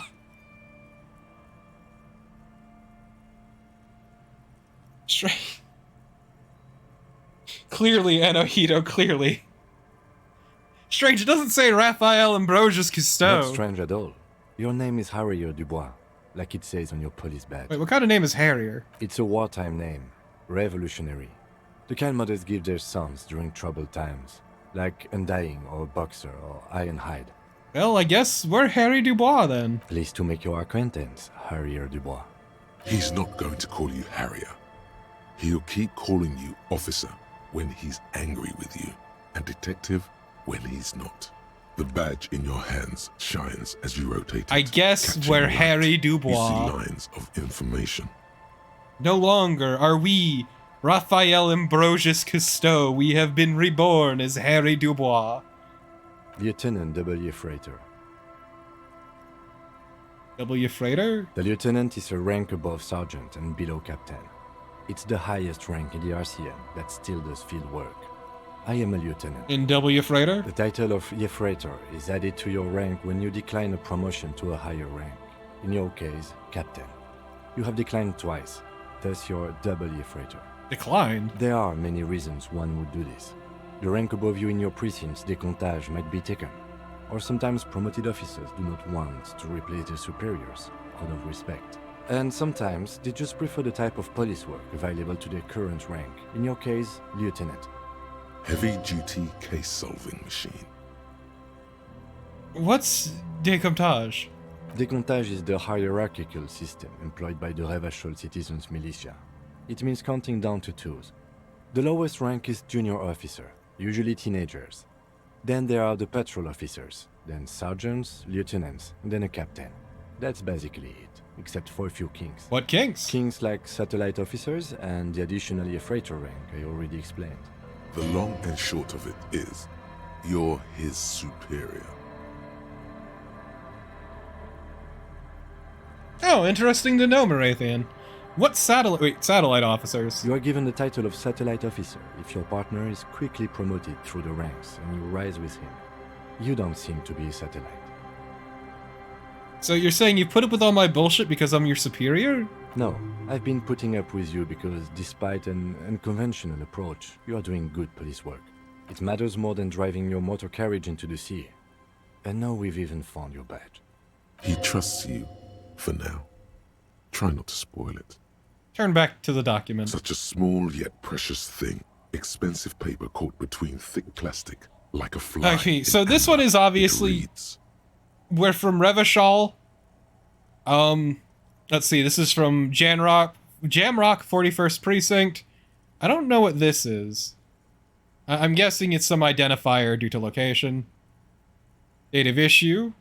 Precinct. Let's look at Revachol. That's just the serial number. Revachol, Jamrock, Precinct 41, with some numbers thrown in there for good measure. Okay, I thought so. Date of issue? 4 months ago. I'm guessing that's when you were promoted to the rank of Lieutenant W. Freighter. A new badge usually comes with a new rank. You seem to have been doing well then. A lot can happen in 4 months, especially in winter. The winters are never easy on you. Of that you are sure.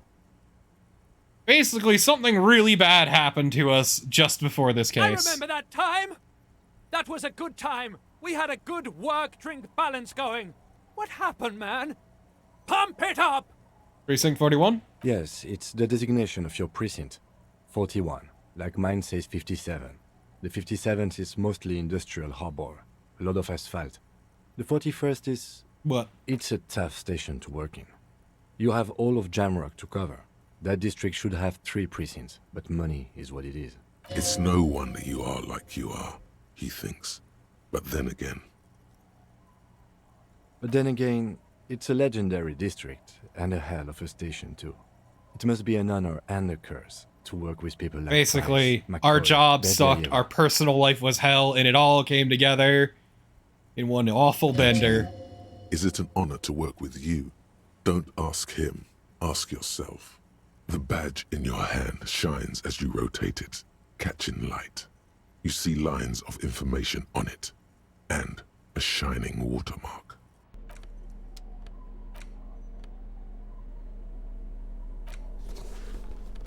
Okay, so we have our RCM patrol cloak, or we have our jacket. I like the jacket more. It gives me +1 to shivers, and +1 to shivers is good in my book. Hello.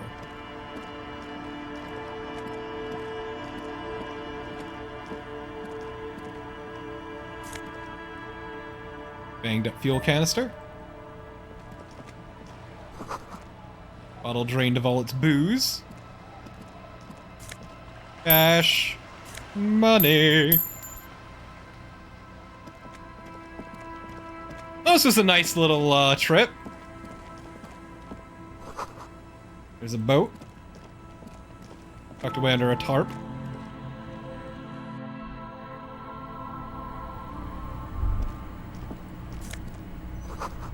Cold breeze is enough to make the pleats crank.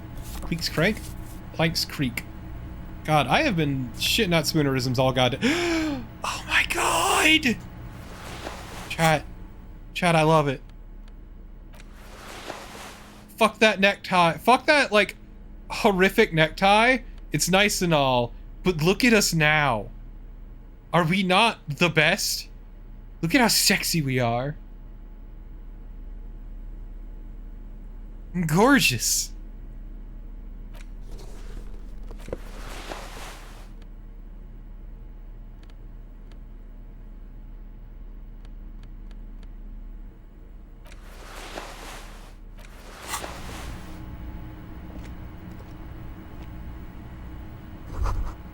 It's a dark red chair in the dim light of the room. It's only a red chair. Just a red chair in an empty shack, with what looked like a dusty bow tie on the shelf. Nothing to see here, right? Hey Kim, where are we? In someone's abandoned shack. On the coast. What's with this red chair? Martinez. Nothing. It's just a piece of furniture. Red paint is peeling off it. Looks like blood, no? What's with the red bow tie? It's just a piece of clothing you've picked up. You do that, officer. You collect clothes sometimes. I hate it, because now that I understand, every time he's saying officer, he's disappointed in us. When he says detective, we're proud of it. He's proud of us. It's an odd habit. Don't be worried, Lieutenant.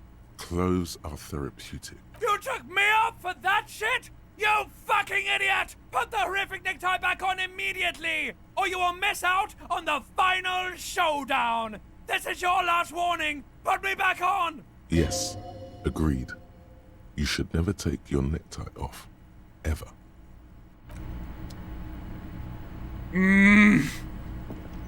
But I like the bow tie.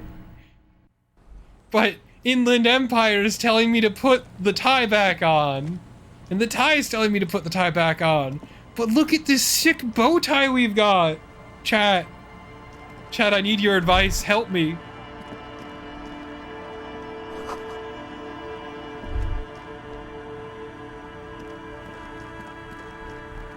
It's true, the vibes are pointing to the tie. You're correct. The vibes insist on the necktie. As stunning as this fucking bow tie is, the vibes tell me to use the necktie. I do. I trust Inland Empire, except when I don't. Cinder blocks, charred makeshift fire pit.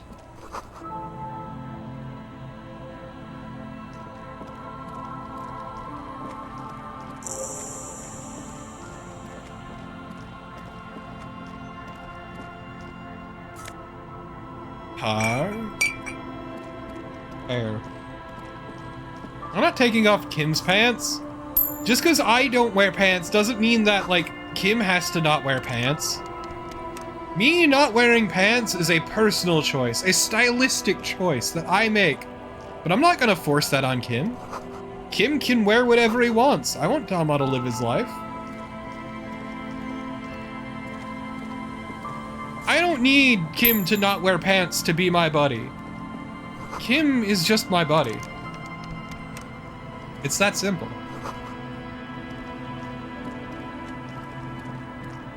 He is my brother.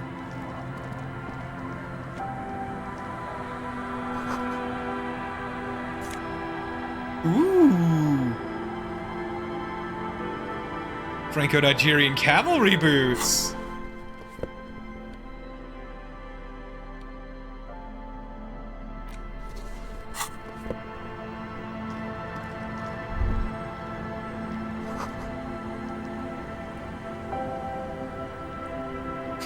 I don't need him to be a no-pants buddy. If he wants to be a no-pants buddy, that has to be of his own volition. Shouldn't be something I force upon him. There's no point in being a no-pants buddy if you know, want pants.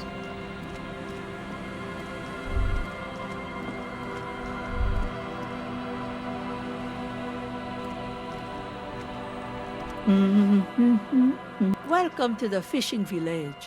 Please lean in closer. I have cataracts. You can't see, then how do you know I was here? I still have a golden ear. Come, come. Okay, let's lean forward. Oh, welcome, police officer. We don't cause any trouble around here. And we don't want any trouble either. We are not here to cause any trouble, madame. Trouble? Say the second thing, Bratan. Shows you got style. We're cops, we're hellrangers. Click, click, bang, bang. Nah, what he said. We're not here to cause trouble. Of course. Last time we saw you around here was 12 years ago. You also came to take care of trouble then. Wish you did. But still, in Martinez, you're considered an ill omen.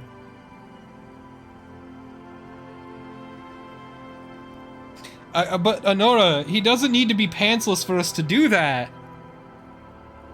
What kind of ill omen are we talking about? Oh, the usual. Dark tidings. Black hound. That's you, all right.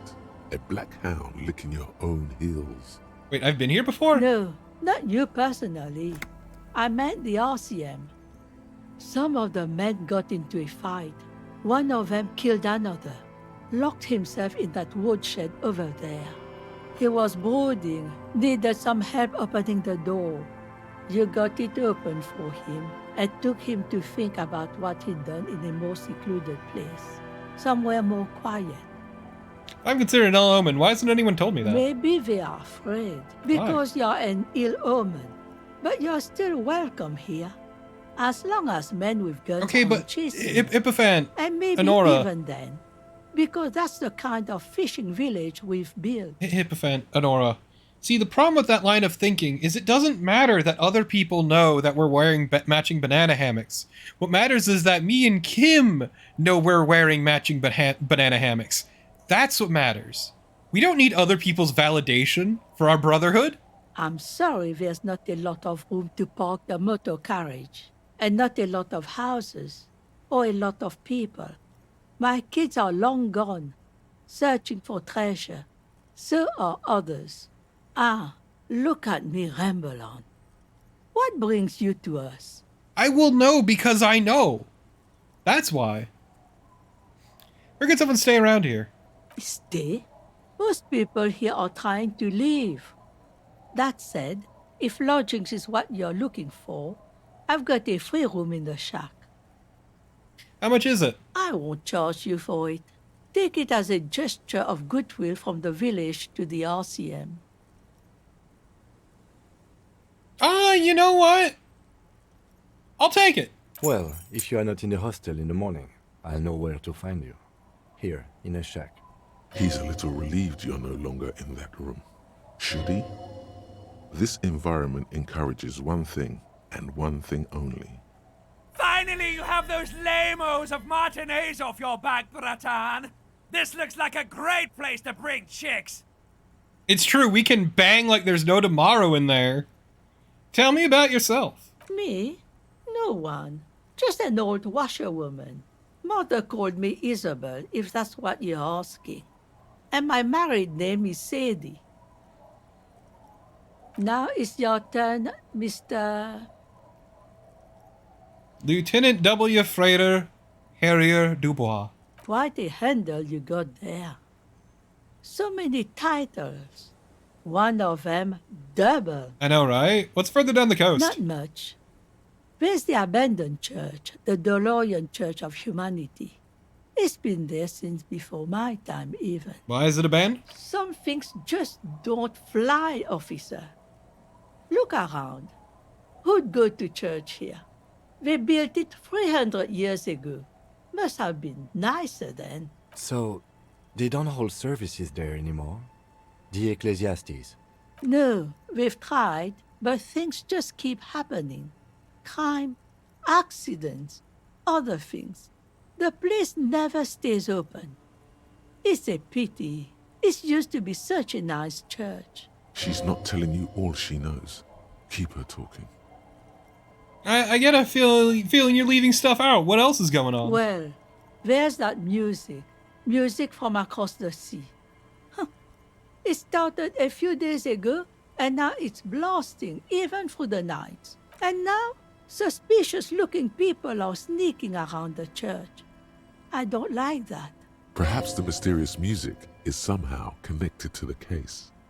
A Rusalka or a half-demonic Apsara singing. What else is down the coast? Before you get to the church, there's some ruins, an apartment complex, or some kind of electrical plant. Run-down bunch of houses, empty. Anything else to note? Of note? The old fish market up on the boardwalk, but it's closed. All right, got it. As I said, it's a peninsula. There's no one there, just ghosts and vagrants, and teenagers making out. Well then, have a good one. Hello. Motorway south. The lone vector stretches in your mind's eye into the wild pale yonder, for an unimaginable distance, forgetting, until you can no longer remember anything. No cities, no mountains, no oceans, and finally, no vector. Nothing remains. A blank space with no point of reference, where only one type of motion is possible. The motion of a human throat, swallow in, and then it comes to you. To reach the end of the motorway south is to be unborn. You've had this thought before, while aimlessly wandering the streets of Jamrock. A lost piece of the man you were. A dark hope.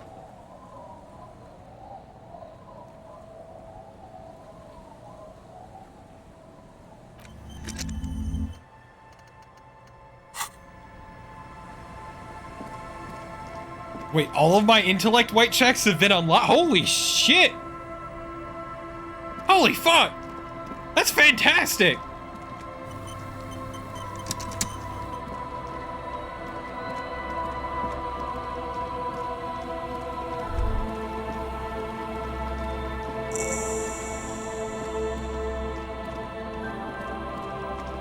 Winter, slow to let go of Revachol. Flecks some more wet snow from above. The snow falls lazily, making the beach sand paler still, mixing with the rust-colored sewage runoff. And to think, it seemed as though it were already spring. How does it feel? Shit.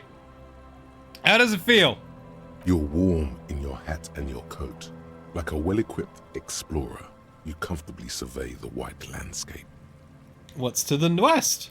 More winding coastlines lined with abandoned buildings. Crumbling piers, salt water lapping at their dark piles.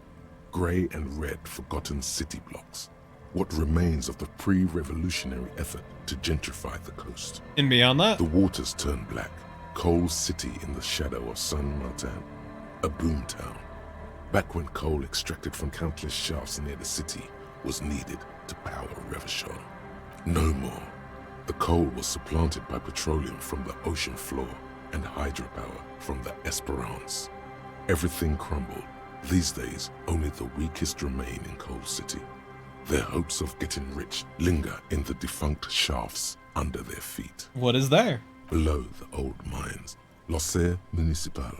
Revachol's underground the fucking shivers are taking us on a journey today. Brave the underground passageways, trying to get to Le Royaume.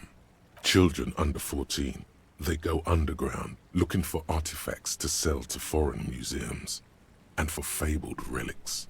Their parents let them. They go deeper.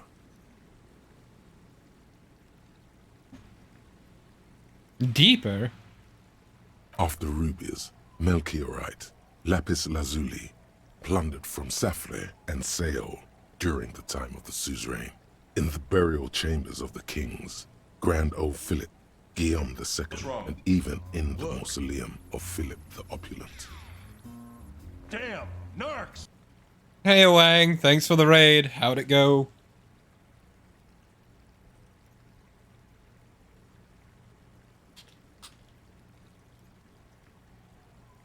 Ah, I see.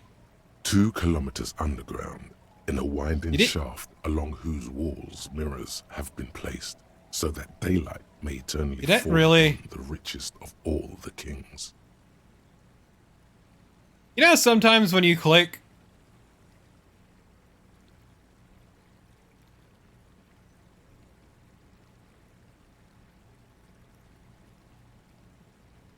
Did you really not update it?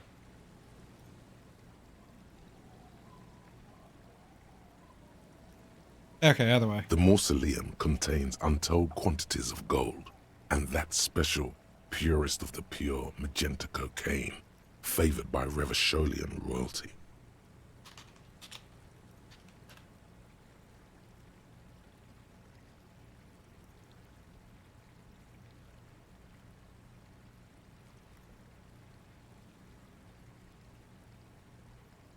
Okay, either way. Wipe the stove from our shoulder. Patira return from the shafts. Even fewer find what they're looking for. A small child steps out of the black tunnel with silver trinkets in her pockets. All around her, white snow on the extinguished coke furnaces. Oh my god, there's so much to go through. Shacks where fathers beat their sons after drinking. The snow melts on your fingers, turning to water. The canal you crossed to get here and beyond it. Martinez proper, the district the police forgot to police. There is laughter, lights, attempts at entrepreneurial activity. Cynicism. Someone is scraping snow off their windshield. So to clarify, what's happened so far is, we've learned a few things. Destination. So we know about the bullet. Trips and a fine perch for winter. We know that the people who are claiming to have killed, claiming to be responsible for the lynching, most likely weren't responsible for lynching and are covering up for somebody else, a 8th member. We know that the person who was lynched also raped somebody after sexually assaulting a number of people. Like all monuments, it's also a warning. 6-story ruins on the south side of the roundabout cast a long shadow over the profligate king. A fenced-off yard. There's a truck belonging to a logistics company parked. We also know that the one smuggling drugs is from a building behind the fence, some lady who is off its hood. Supposedly already gone, that people are afraid of, apparently. Aside from one person, our good buddy Tommy, who we didn't press harder, because we didn't want to alienate him. The racist lorry driver wouldn't tell us shit. The abandoned church, one of 2 remaining stave churches, which were collectively called Les Sept Sœurs. The other 6 sisters were destroyed during the revolution. A serpentine strip of land weaving its way into the Martinez Inlet. Unfortunates on the run from the law, from themselves. Sometimes hide out on nearby islets. Little dots in the ocean that are occasionally submerged when the tide is high and the weather foul. And on the inlets? The remains of a camp on a jagged piece of rock. A tent, old dishes and cutlery, long since abandoned. A hermit crab scuttles among the debris, looking for a new shell. Further out, the lights burn bright on Resurrection. Way beyond Martinez. A popular spa destination for ample-bodied Ozon kids with equally ample pockets. Then there's Ozon, but the snow falls too thick. You cannot The shivers are taking us on a journey, a beautiful journey. The Bay of Revachol. Vastness, great depth. Over 1,200 meters at its deepest. Water air brinier than here. It is crisscrossed by huge cargo ships bearing company logos. Wild Pines, Zam, Morian, and at the farthest reaches of the Bay of Revachon, the shadow of the Coalition warship Archer, on perpetual patrol duty, ready to unleash artillery fire if you were to rise up against the market. You shudder. What is in the south? The raised motorway, 881, separating Martinez from Jamrock. Vehicles whoosh past. Oh yeah, also we got our badge. We got our badge. Reside in the labyrinthine alleyways beneath the motorway. Oh yeah, you missed it. But we karate kicked Measurehead in the face. And south of the 881 is the Pox. We did a 6 spinning kick and knocked out Measurehead. Was once a park, a place for reflection and recuperation for the patients of the old military hospital. In the 20s, it was used as a quarantine center during a measles outbreak that killed many children. Most everyone has avoided the hospital and surrounding park ever since. Also, it's important to note that Kim wasn't with me, so Kim doesn't know that I did a spinning kick into Measurehead's face. The Pox is completely wild now. Evergreen thickets covered in snow and industrial dust. Feral dogs and even wolves roaming in packs. The police try to keep the deepest corners cordoned off. Heavy drug users do slip through and hole up in the old military hospital, hoping to So like moments like this, it almost makes me wonder if that we've achieved a higher state of being from completely burning ourselves out. Just incompletely obliterating our ego through hard drugs and hard liquor. We become something more. A line of motor garages with armored carapaces hunched in the cold. A mechanic is hard at work, patching up bullet holes in the side of a Capri 40. These are the garages of Precinct 41. Snow settles on the roof of the repurposed... Also, apparently Kim really likes me because I got a Chivo for it. Shivering RCM personnel hurry in and out of the main entrance.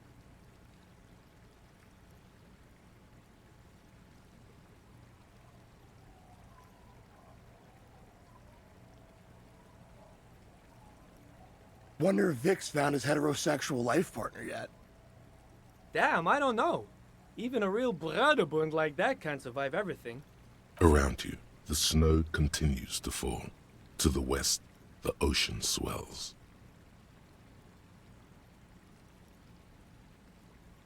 No, it was home. I want more. The stairs descend to central Jamrock. A man named Cooklove has a snow-covered stall there, in the market across the bridge. He sells kebab infested with fly larvae to your colleagues who believe eating it will make them immune to food poisoning.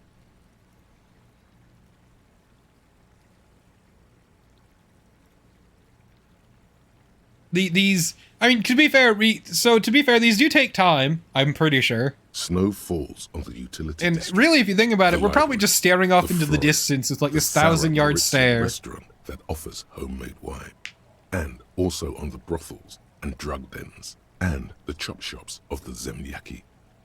All of this built around a lake that formed in a meteorite strike. At the center of this lake, there is a little ship. There are lights at the bottom of its hull. They are lights directed toward the seafloor, looking for something, like whiskers. A chill comes over you, crawling down your back. The sand under your feet is wet. Somewhere in the south, tarpaulin flap in the wind. Yeah, we're basically, we just had this 1,000-yard stare as we just More have these weird Coalition insights. aerostatics. Occasionally, lights flash as they maneuver through the falling snow. One large airship carries crates in its belly. What's below me? Layer upon layer of sand, poisoned with industrial runoff. The storm drainage, hidden bunkers. Rats scuttle. Tell me a secret of the sands, Wind. Someone stuffed a big old polar anorak into a concrete pipe under the boardwalk. It would keep you warm. You would probably never happen across it. But who knows? Stomp your feet for warmth brushing off the We should keep snow. moving. Who knows when the snow will let up? It won't.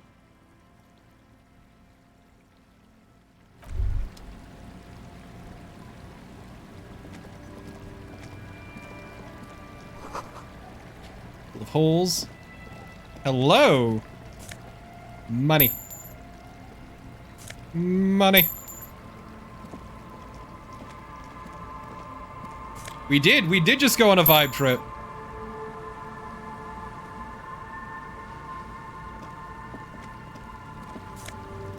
Ooh, magnesium.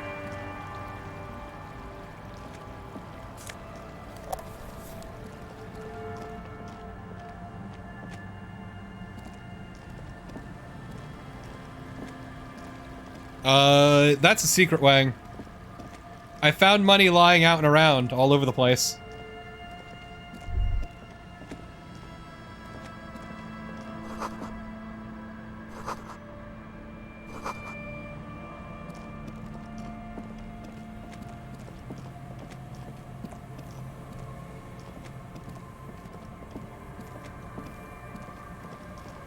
Come on, Harry, move those legs. I also cheated. I'm gonna let you in on a secret, everyone, this late into the stream. I fucking cheated. I cheated myself money because I was genuinely worried I wasn't gonna make the day.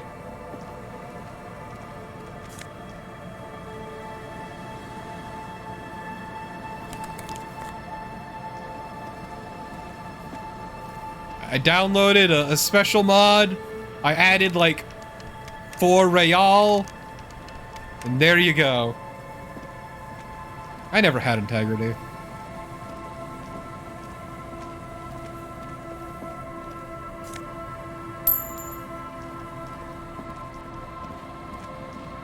I just didn't feel like doing an entire fucking day again because I made some financial mistakes. It's awful and familiar. What is it? Don't you recognize it? That hideous pungency. That faintly cloying sweetness. Only death smells like that. Something cold wakes in the pit of your stomach. Fear. Heads up, Lieutenant. Something's not right here. The lieutenant has already brought a handkerchief to his nose. There's some tear, an empty cigarette package, and a crumpled 2 empty bottles of Tallulah vodka and a can of black potent porter is all you find. No, there's more in there. Livis strawberry liquor, plus some Pilsner bottles too. Better not pick them up. They seem unhygienic. A tragedy. He shakes his head with genuine sadness. Examine the kebab You see wrapper. traces of mayonnaise and ketchup on it, as well as a tomato wedge. The wrapper reads, Shish Kebab Revachol. It's hard to concentrate in the smell. The sea air brings some relief. Examine the cigarette package. Whoever tossed it here was a heavy smoker. The brand name reads Red Astra. So, lies on the boardwalk, his limbs bent and neck turned at an unnatural angle. Right next to him is an empty bottle of spirits. In his cramped hand, a chewing gum wrapper. Half of his body has slipped between the cracked boardwalk, starting with the right leg. The fall has left him broken, contorted like a sad puppet. The smell is not as bad as a 2-week-old corpse, but it's definitely heading there. Hold on. Lividity is faintly pronounced. Whoever this is has been dead for 2 days. No longer. We need to investigate. Another dead body. This is your job. Steel yourself. Calm now. Carefully. Just another day. Just another dead body.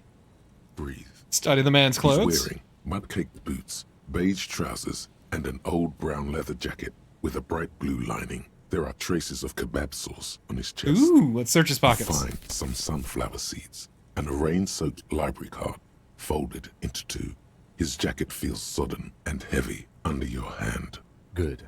We should take a look at that library card after this is done. The man has fallen through a crack in the boardwalk and hit his head clumsy against motherfucker. the metal bench. Coagulated blood covers his black hair. One of his feet is still dangling through the hole. His expression is dull, like the sea behind him. Drops of water shining on his mustache. Man, are we gonna have to bring this corpse all the way over? Look frightening in their frozen gaze. Height 170 to 175 centimeters. Thank you, visual Curly calculus. hair, stout build. Age approximately 50 to 60 years. He was confused when he died. Confused and alone, most likely. Overcome with the awful surprise of it all. He was just about to head home.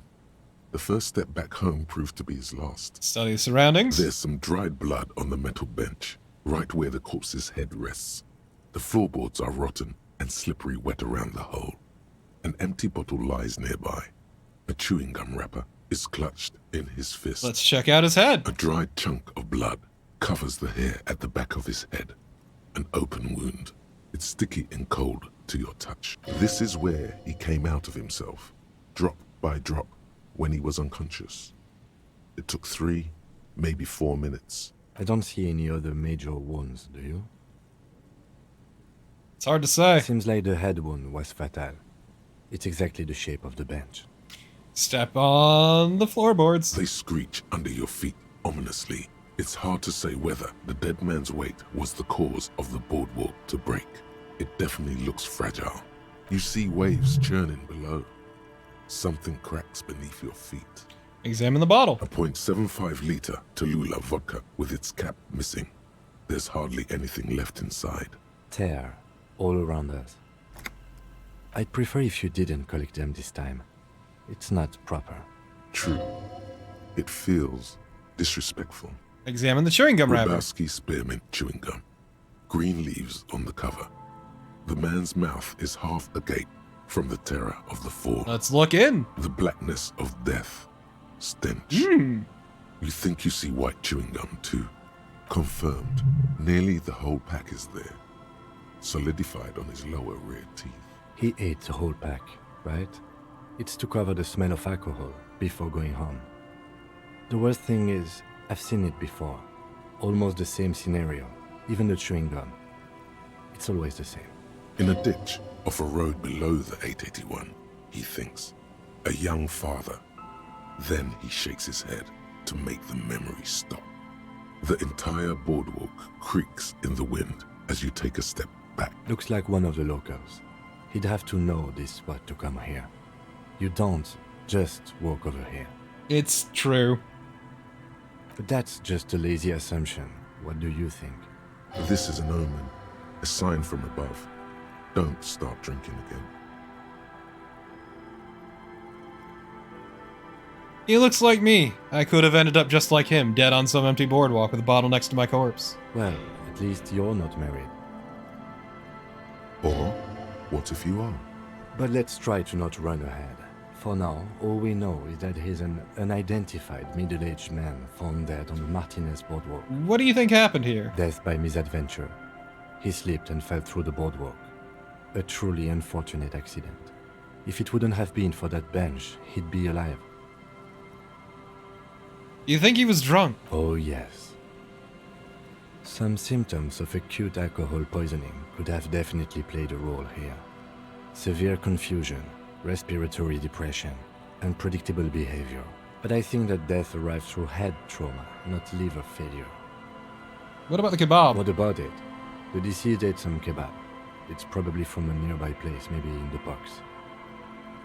Right. It does seem to be a pretty straightforward misadventure, although there's still a question of identifying the body.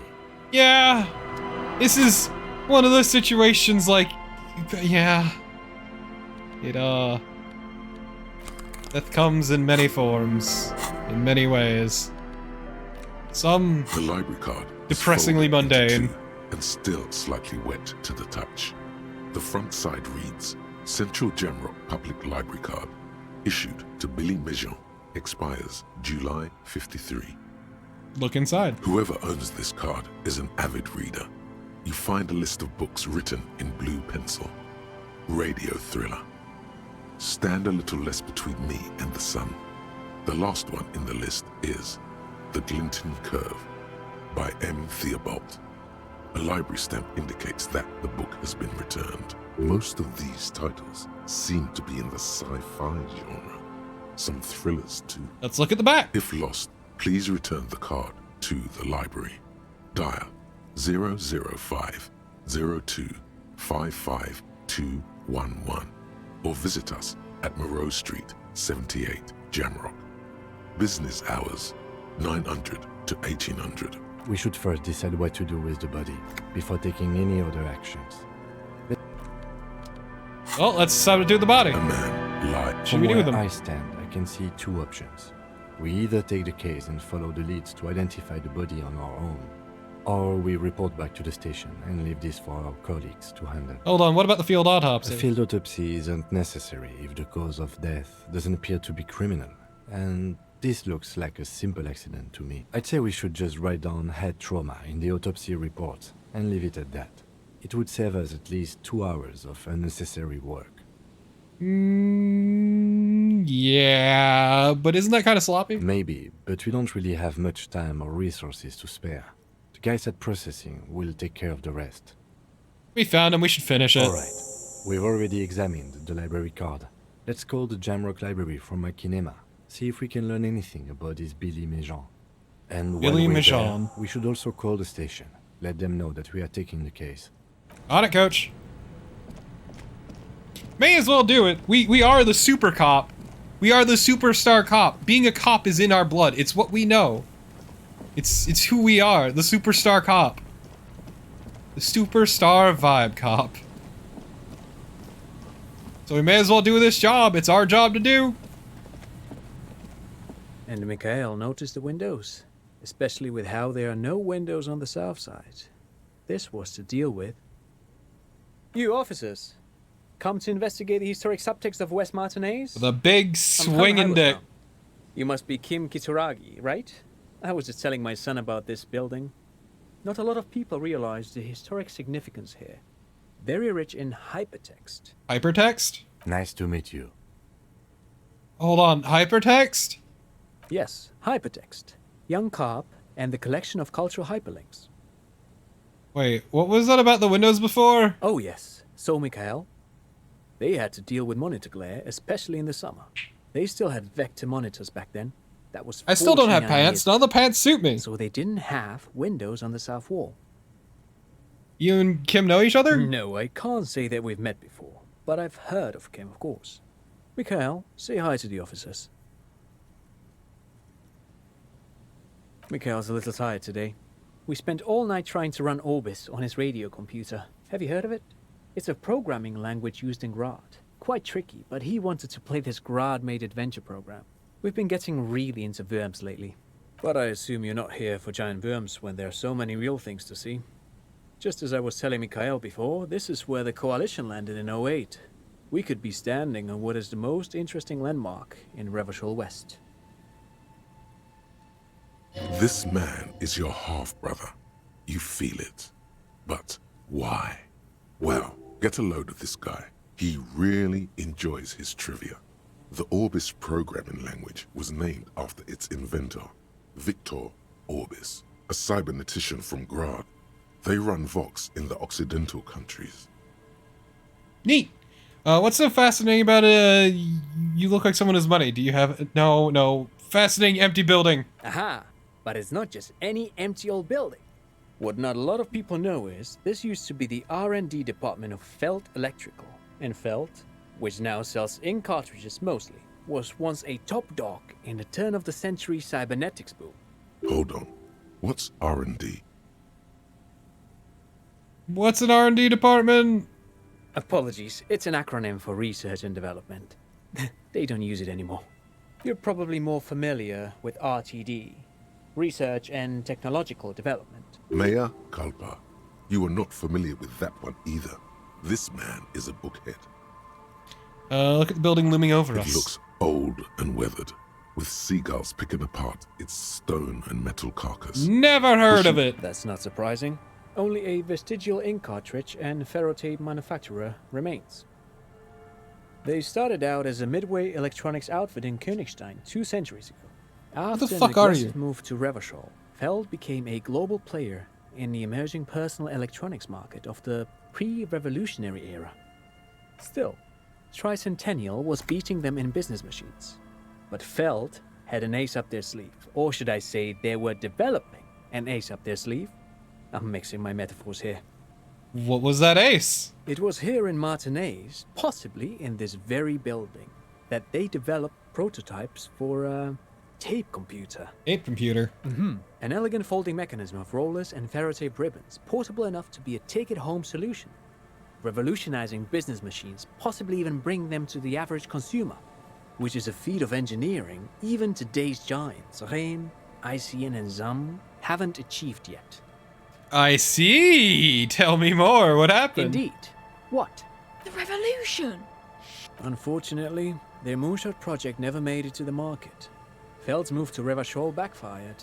The revolutionary government liquefied their assets and expropriated those very advanced prototypes, possibly from this very building, or one of the adjacent ruins.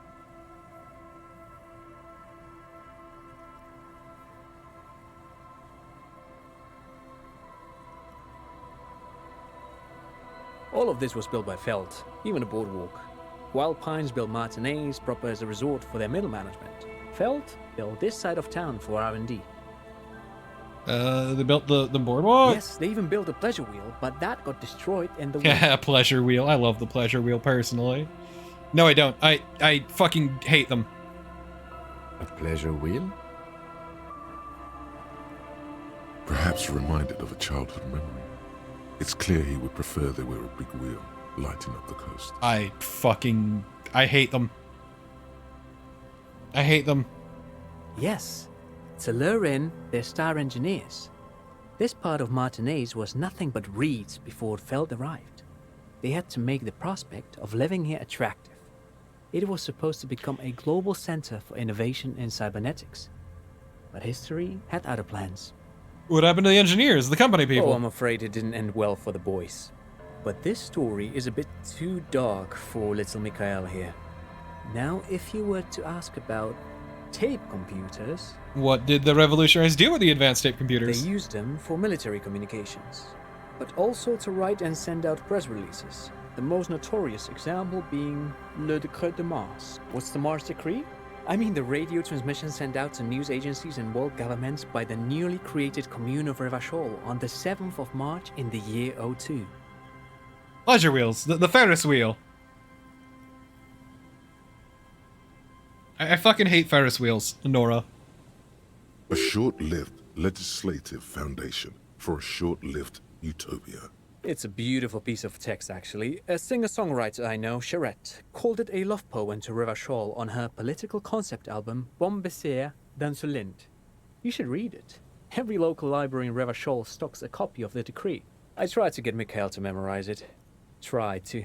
Someone was much too interested in worms to be paying any attention. The kid takes a peek at the green and silver worm on the cover of the book, already forgetting about this part of the discussion. How did tape computers work? Actually, no one knows. No one even knows what a computer made entirely of tape would look like. But word has it, they were very elegant, exquisite, alien-looking. No, I hate the heights, Honora. They're boring and also they're terrifying. But not in a fun way. Buckle up.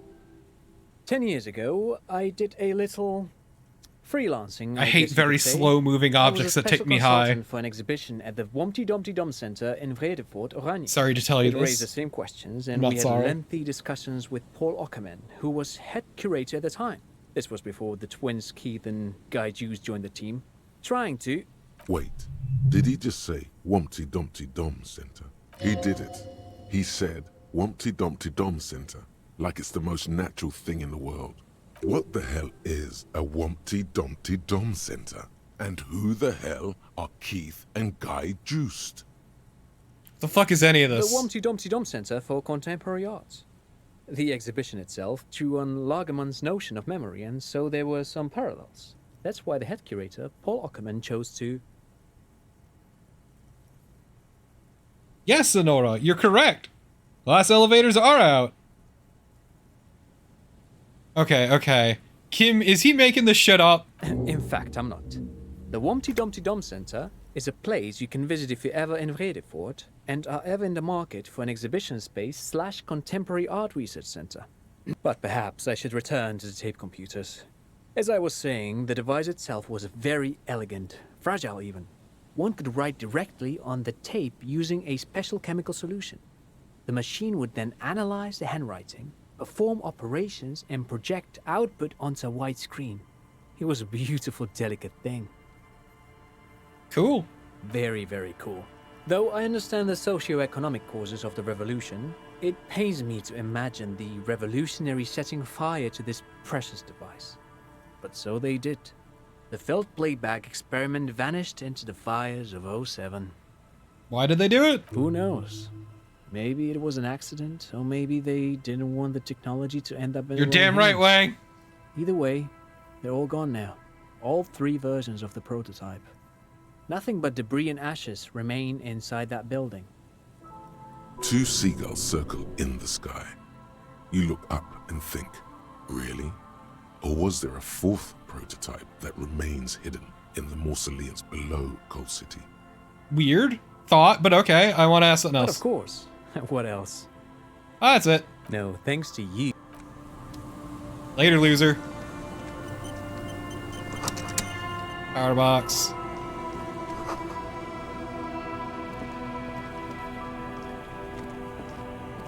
You see a once bright mural towering above you. The signage has peeled off over the years, but you can still make out Feld Electrical R&D. A slogan used to intertwine with the loops a long time ago. Now, only a shadow of peeled letters remains. It says, tomorrow is just a whisper away. Tomorrow's just a whisper away. Looks like tomorrow never came. So what is this thought that we have? The Wumpty Dumpty Dum Center. Our suggestion goes down by 1. But what if I took it? What if I...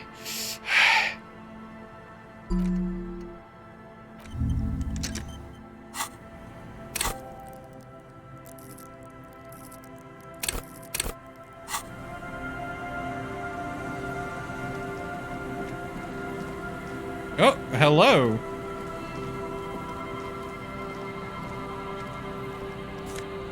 Money, money, money.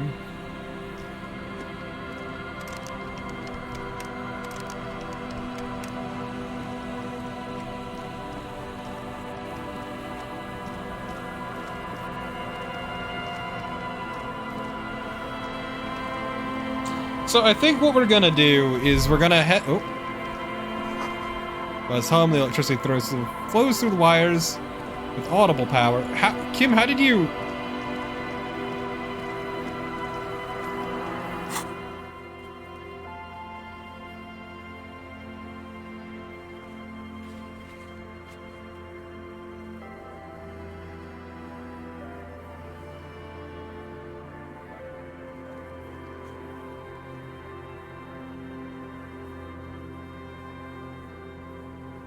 Alright.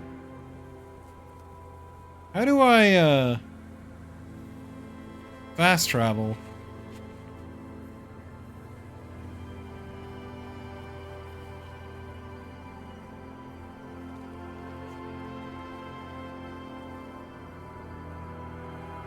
How do I fast travel?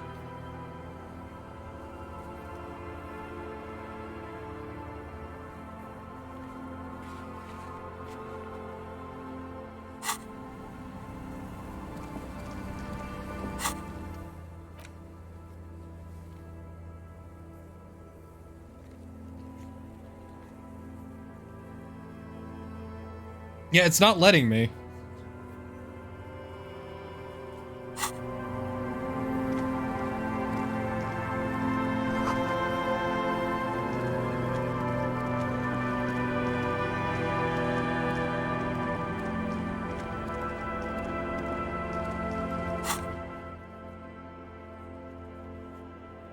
Yep, nope, still not letting me.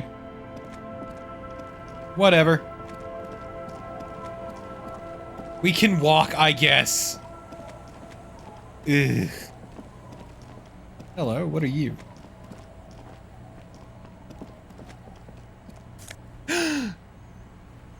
What is Kingdom of Conscience? What the fuck stat is Kingdom of Conscience? I'm wearing these pants. These pants and they're moralist pants. Ew. Oh. Gross, never mind. I don't want these pants. These pants are for cowards.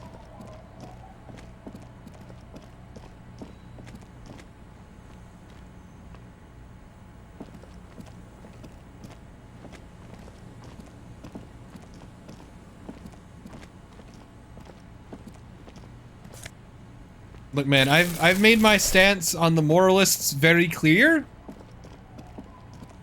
And I will fucking make it again if I have to. Yeah, so far all of these pants have been terrible to me. None of these pants are what I want from pants.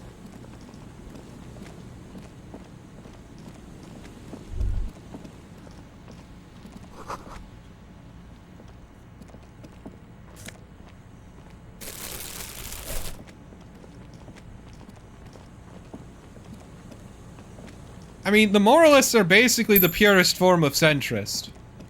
I mean, hell, I'd argue they're actually technically center-right.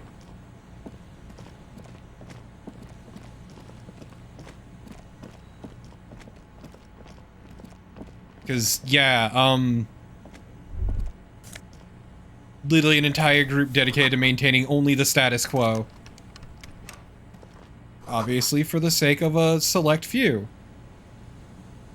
Being the rich.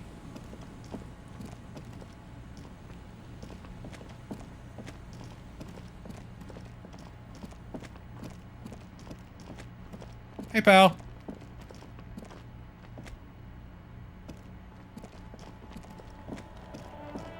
Literally that Wang, though.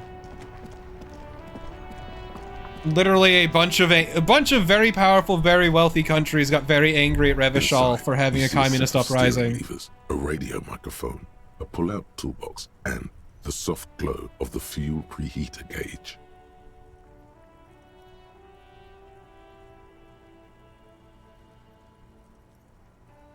Well, let's pick up the radio. This is Precinct 57. How may I assist you? First, connect to the Jamrock Public Library. I've got Central Jamrock Public Library on the line, and I've already introduced you to their librarian. Connecting the call in 2, 1. Yes, this is Central Jamrock Public Library here. How can I help you, officer? He sounds worried, yet ready to assist. This is how people get when the police call. I'm looking for any information you can provide on Billy Majon. Billy Majon, you said. Give me a moment, I'll have to check our database. On Moreau Drive in central Jamrock, in a darkened hall lit by orange desk lamps far away from the noise outside, a middle-aged man taps commands into an old radio computer. A printout falls on the desk. Behind him, a lonely reader scours some dusty bookshelves, looking for a paperback. Yes, hello, are you still there? I found Billy Majon's home address, is that alright? Yeah. No fuck. Here we go, sir. Rue de Saint-Ghislain, 33B, apartment number 20. It's in Martinez, I believe. Capeside Apartments, it says. That's all. That's where the smoker on the balcony lives, isn't it? You have any info on him? It says here that they returned their last book just a few days ago, but I wasn't at work that day. You know someone who was? Marie? Marie? Do you remember a reader named Billy Majon? They returned a Tybalt book the other day. Yes, it was my colleague Marie. She said that it was Billy's husband who returned the book. He also asked for this new sci-fi release, Lowe's Radio City 87, but we don't have it yet. Can Marie describe what's the husband's name? Sorry, no. Marie only knows him by sight. What's he look like? Marie? She said it was an older man, and that she's pretty sure he'd had a drink or two the last time she saw him. What was he wearing? 1 second. Sorry, Marie wasn't really paying any attention to that. Marie knows Billy. She's been working here longer than me. Sometimes her husband returns some books for her. And then goes for a little drink later, on the lookout. Thank you, that's everything. Happy we could help. Goodbye, officer. Anything else you need from me? I need to report a body on the Martinet boardwalk. One moment. Can you please describe the body? Age, sex, cause of death? Middle-aged man, 70 to 175 centimeters, yada yada yada yada. We suspect he might have been inebriated when he fell. There were bottles all around him, and traces of vomit on his shirt. Any signs of violence? No, it seems like it was an accident. No field autopsy necessary. You can hear her quickly typing in the background. What about his belongings? Did you Boots, examine his clothes? trousers, leather jacket, blue lining, library card. Any information on the library card? Good. You have a lead. Do you and Lieutenant Kitsuragi want to take the case, or should I assign it to someone else? It's ours. I have assigned the case to Lieutenant Kim Kitsuragi. Please follow up on this library lead to identify the man. We'll send someone to take the body to the morgue. That's all for now. Thank you for reporting in. Is the 57th over and out. In the cabin, you see a set of stairs. And that's all for now. We have a new job on top of our old job, on top of our other old job. But before we go, I want to test something. Still here. Stuck in this damn jam, my man. What's up? No, this guy has amazing.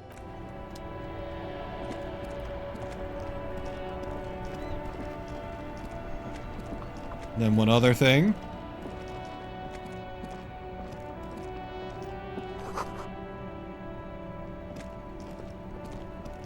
You keep coming back. That's good, officer. Keep browsing those. There it is. The shine on these sunglasses. Conceptualization, let's go. No luck. Oh, that you don't like it? Sure, Square Joe. No problem. Let's. I'm leaving. Fuck this. I'm out. Okay. In the meantime, we'll call it here for now. No, we're not getting the gnarly itchy pants. Are you weird? Why would I want pants? I don't need pants. Pants are for quitters. In the meantime, though, I hope y'all had fun. I know I did. This game's neat. Looking forward to doing more. We got some good leads today. We're moving forward in a forward direction. We're making progress. We have ideas. Kim likes us, apparently. It's been we're not getting the banana hammock. Either way, though. In the meantime, I hope y'all have a good rest of your day, however much that might be. Me, I'm gonna try going to bed. Probably, Malik. Probably. Later, folks. More Resident Evil Revelations tomorrow. Yay. Later.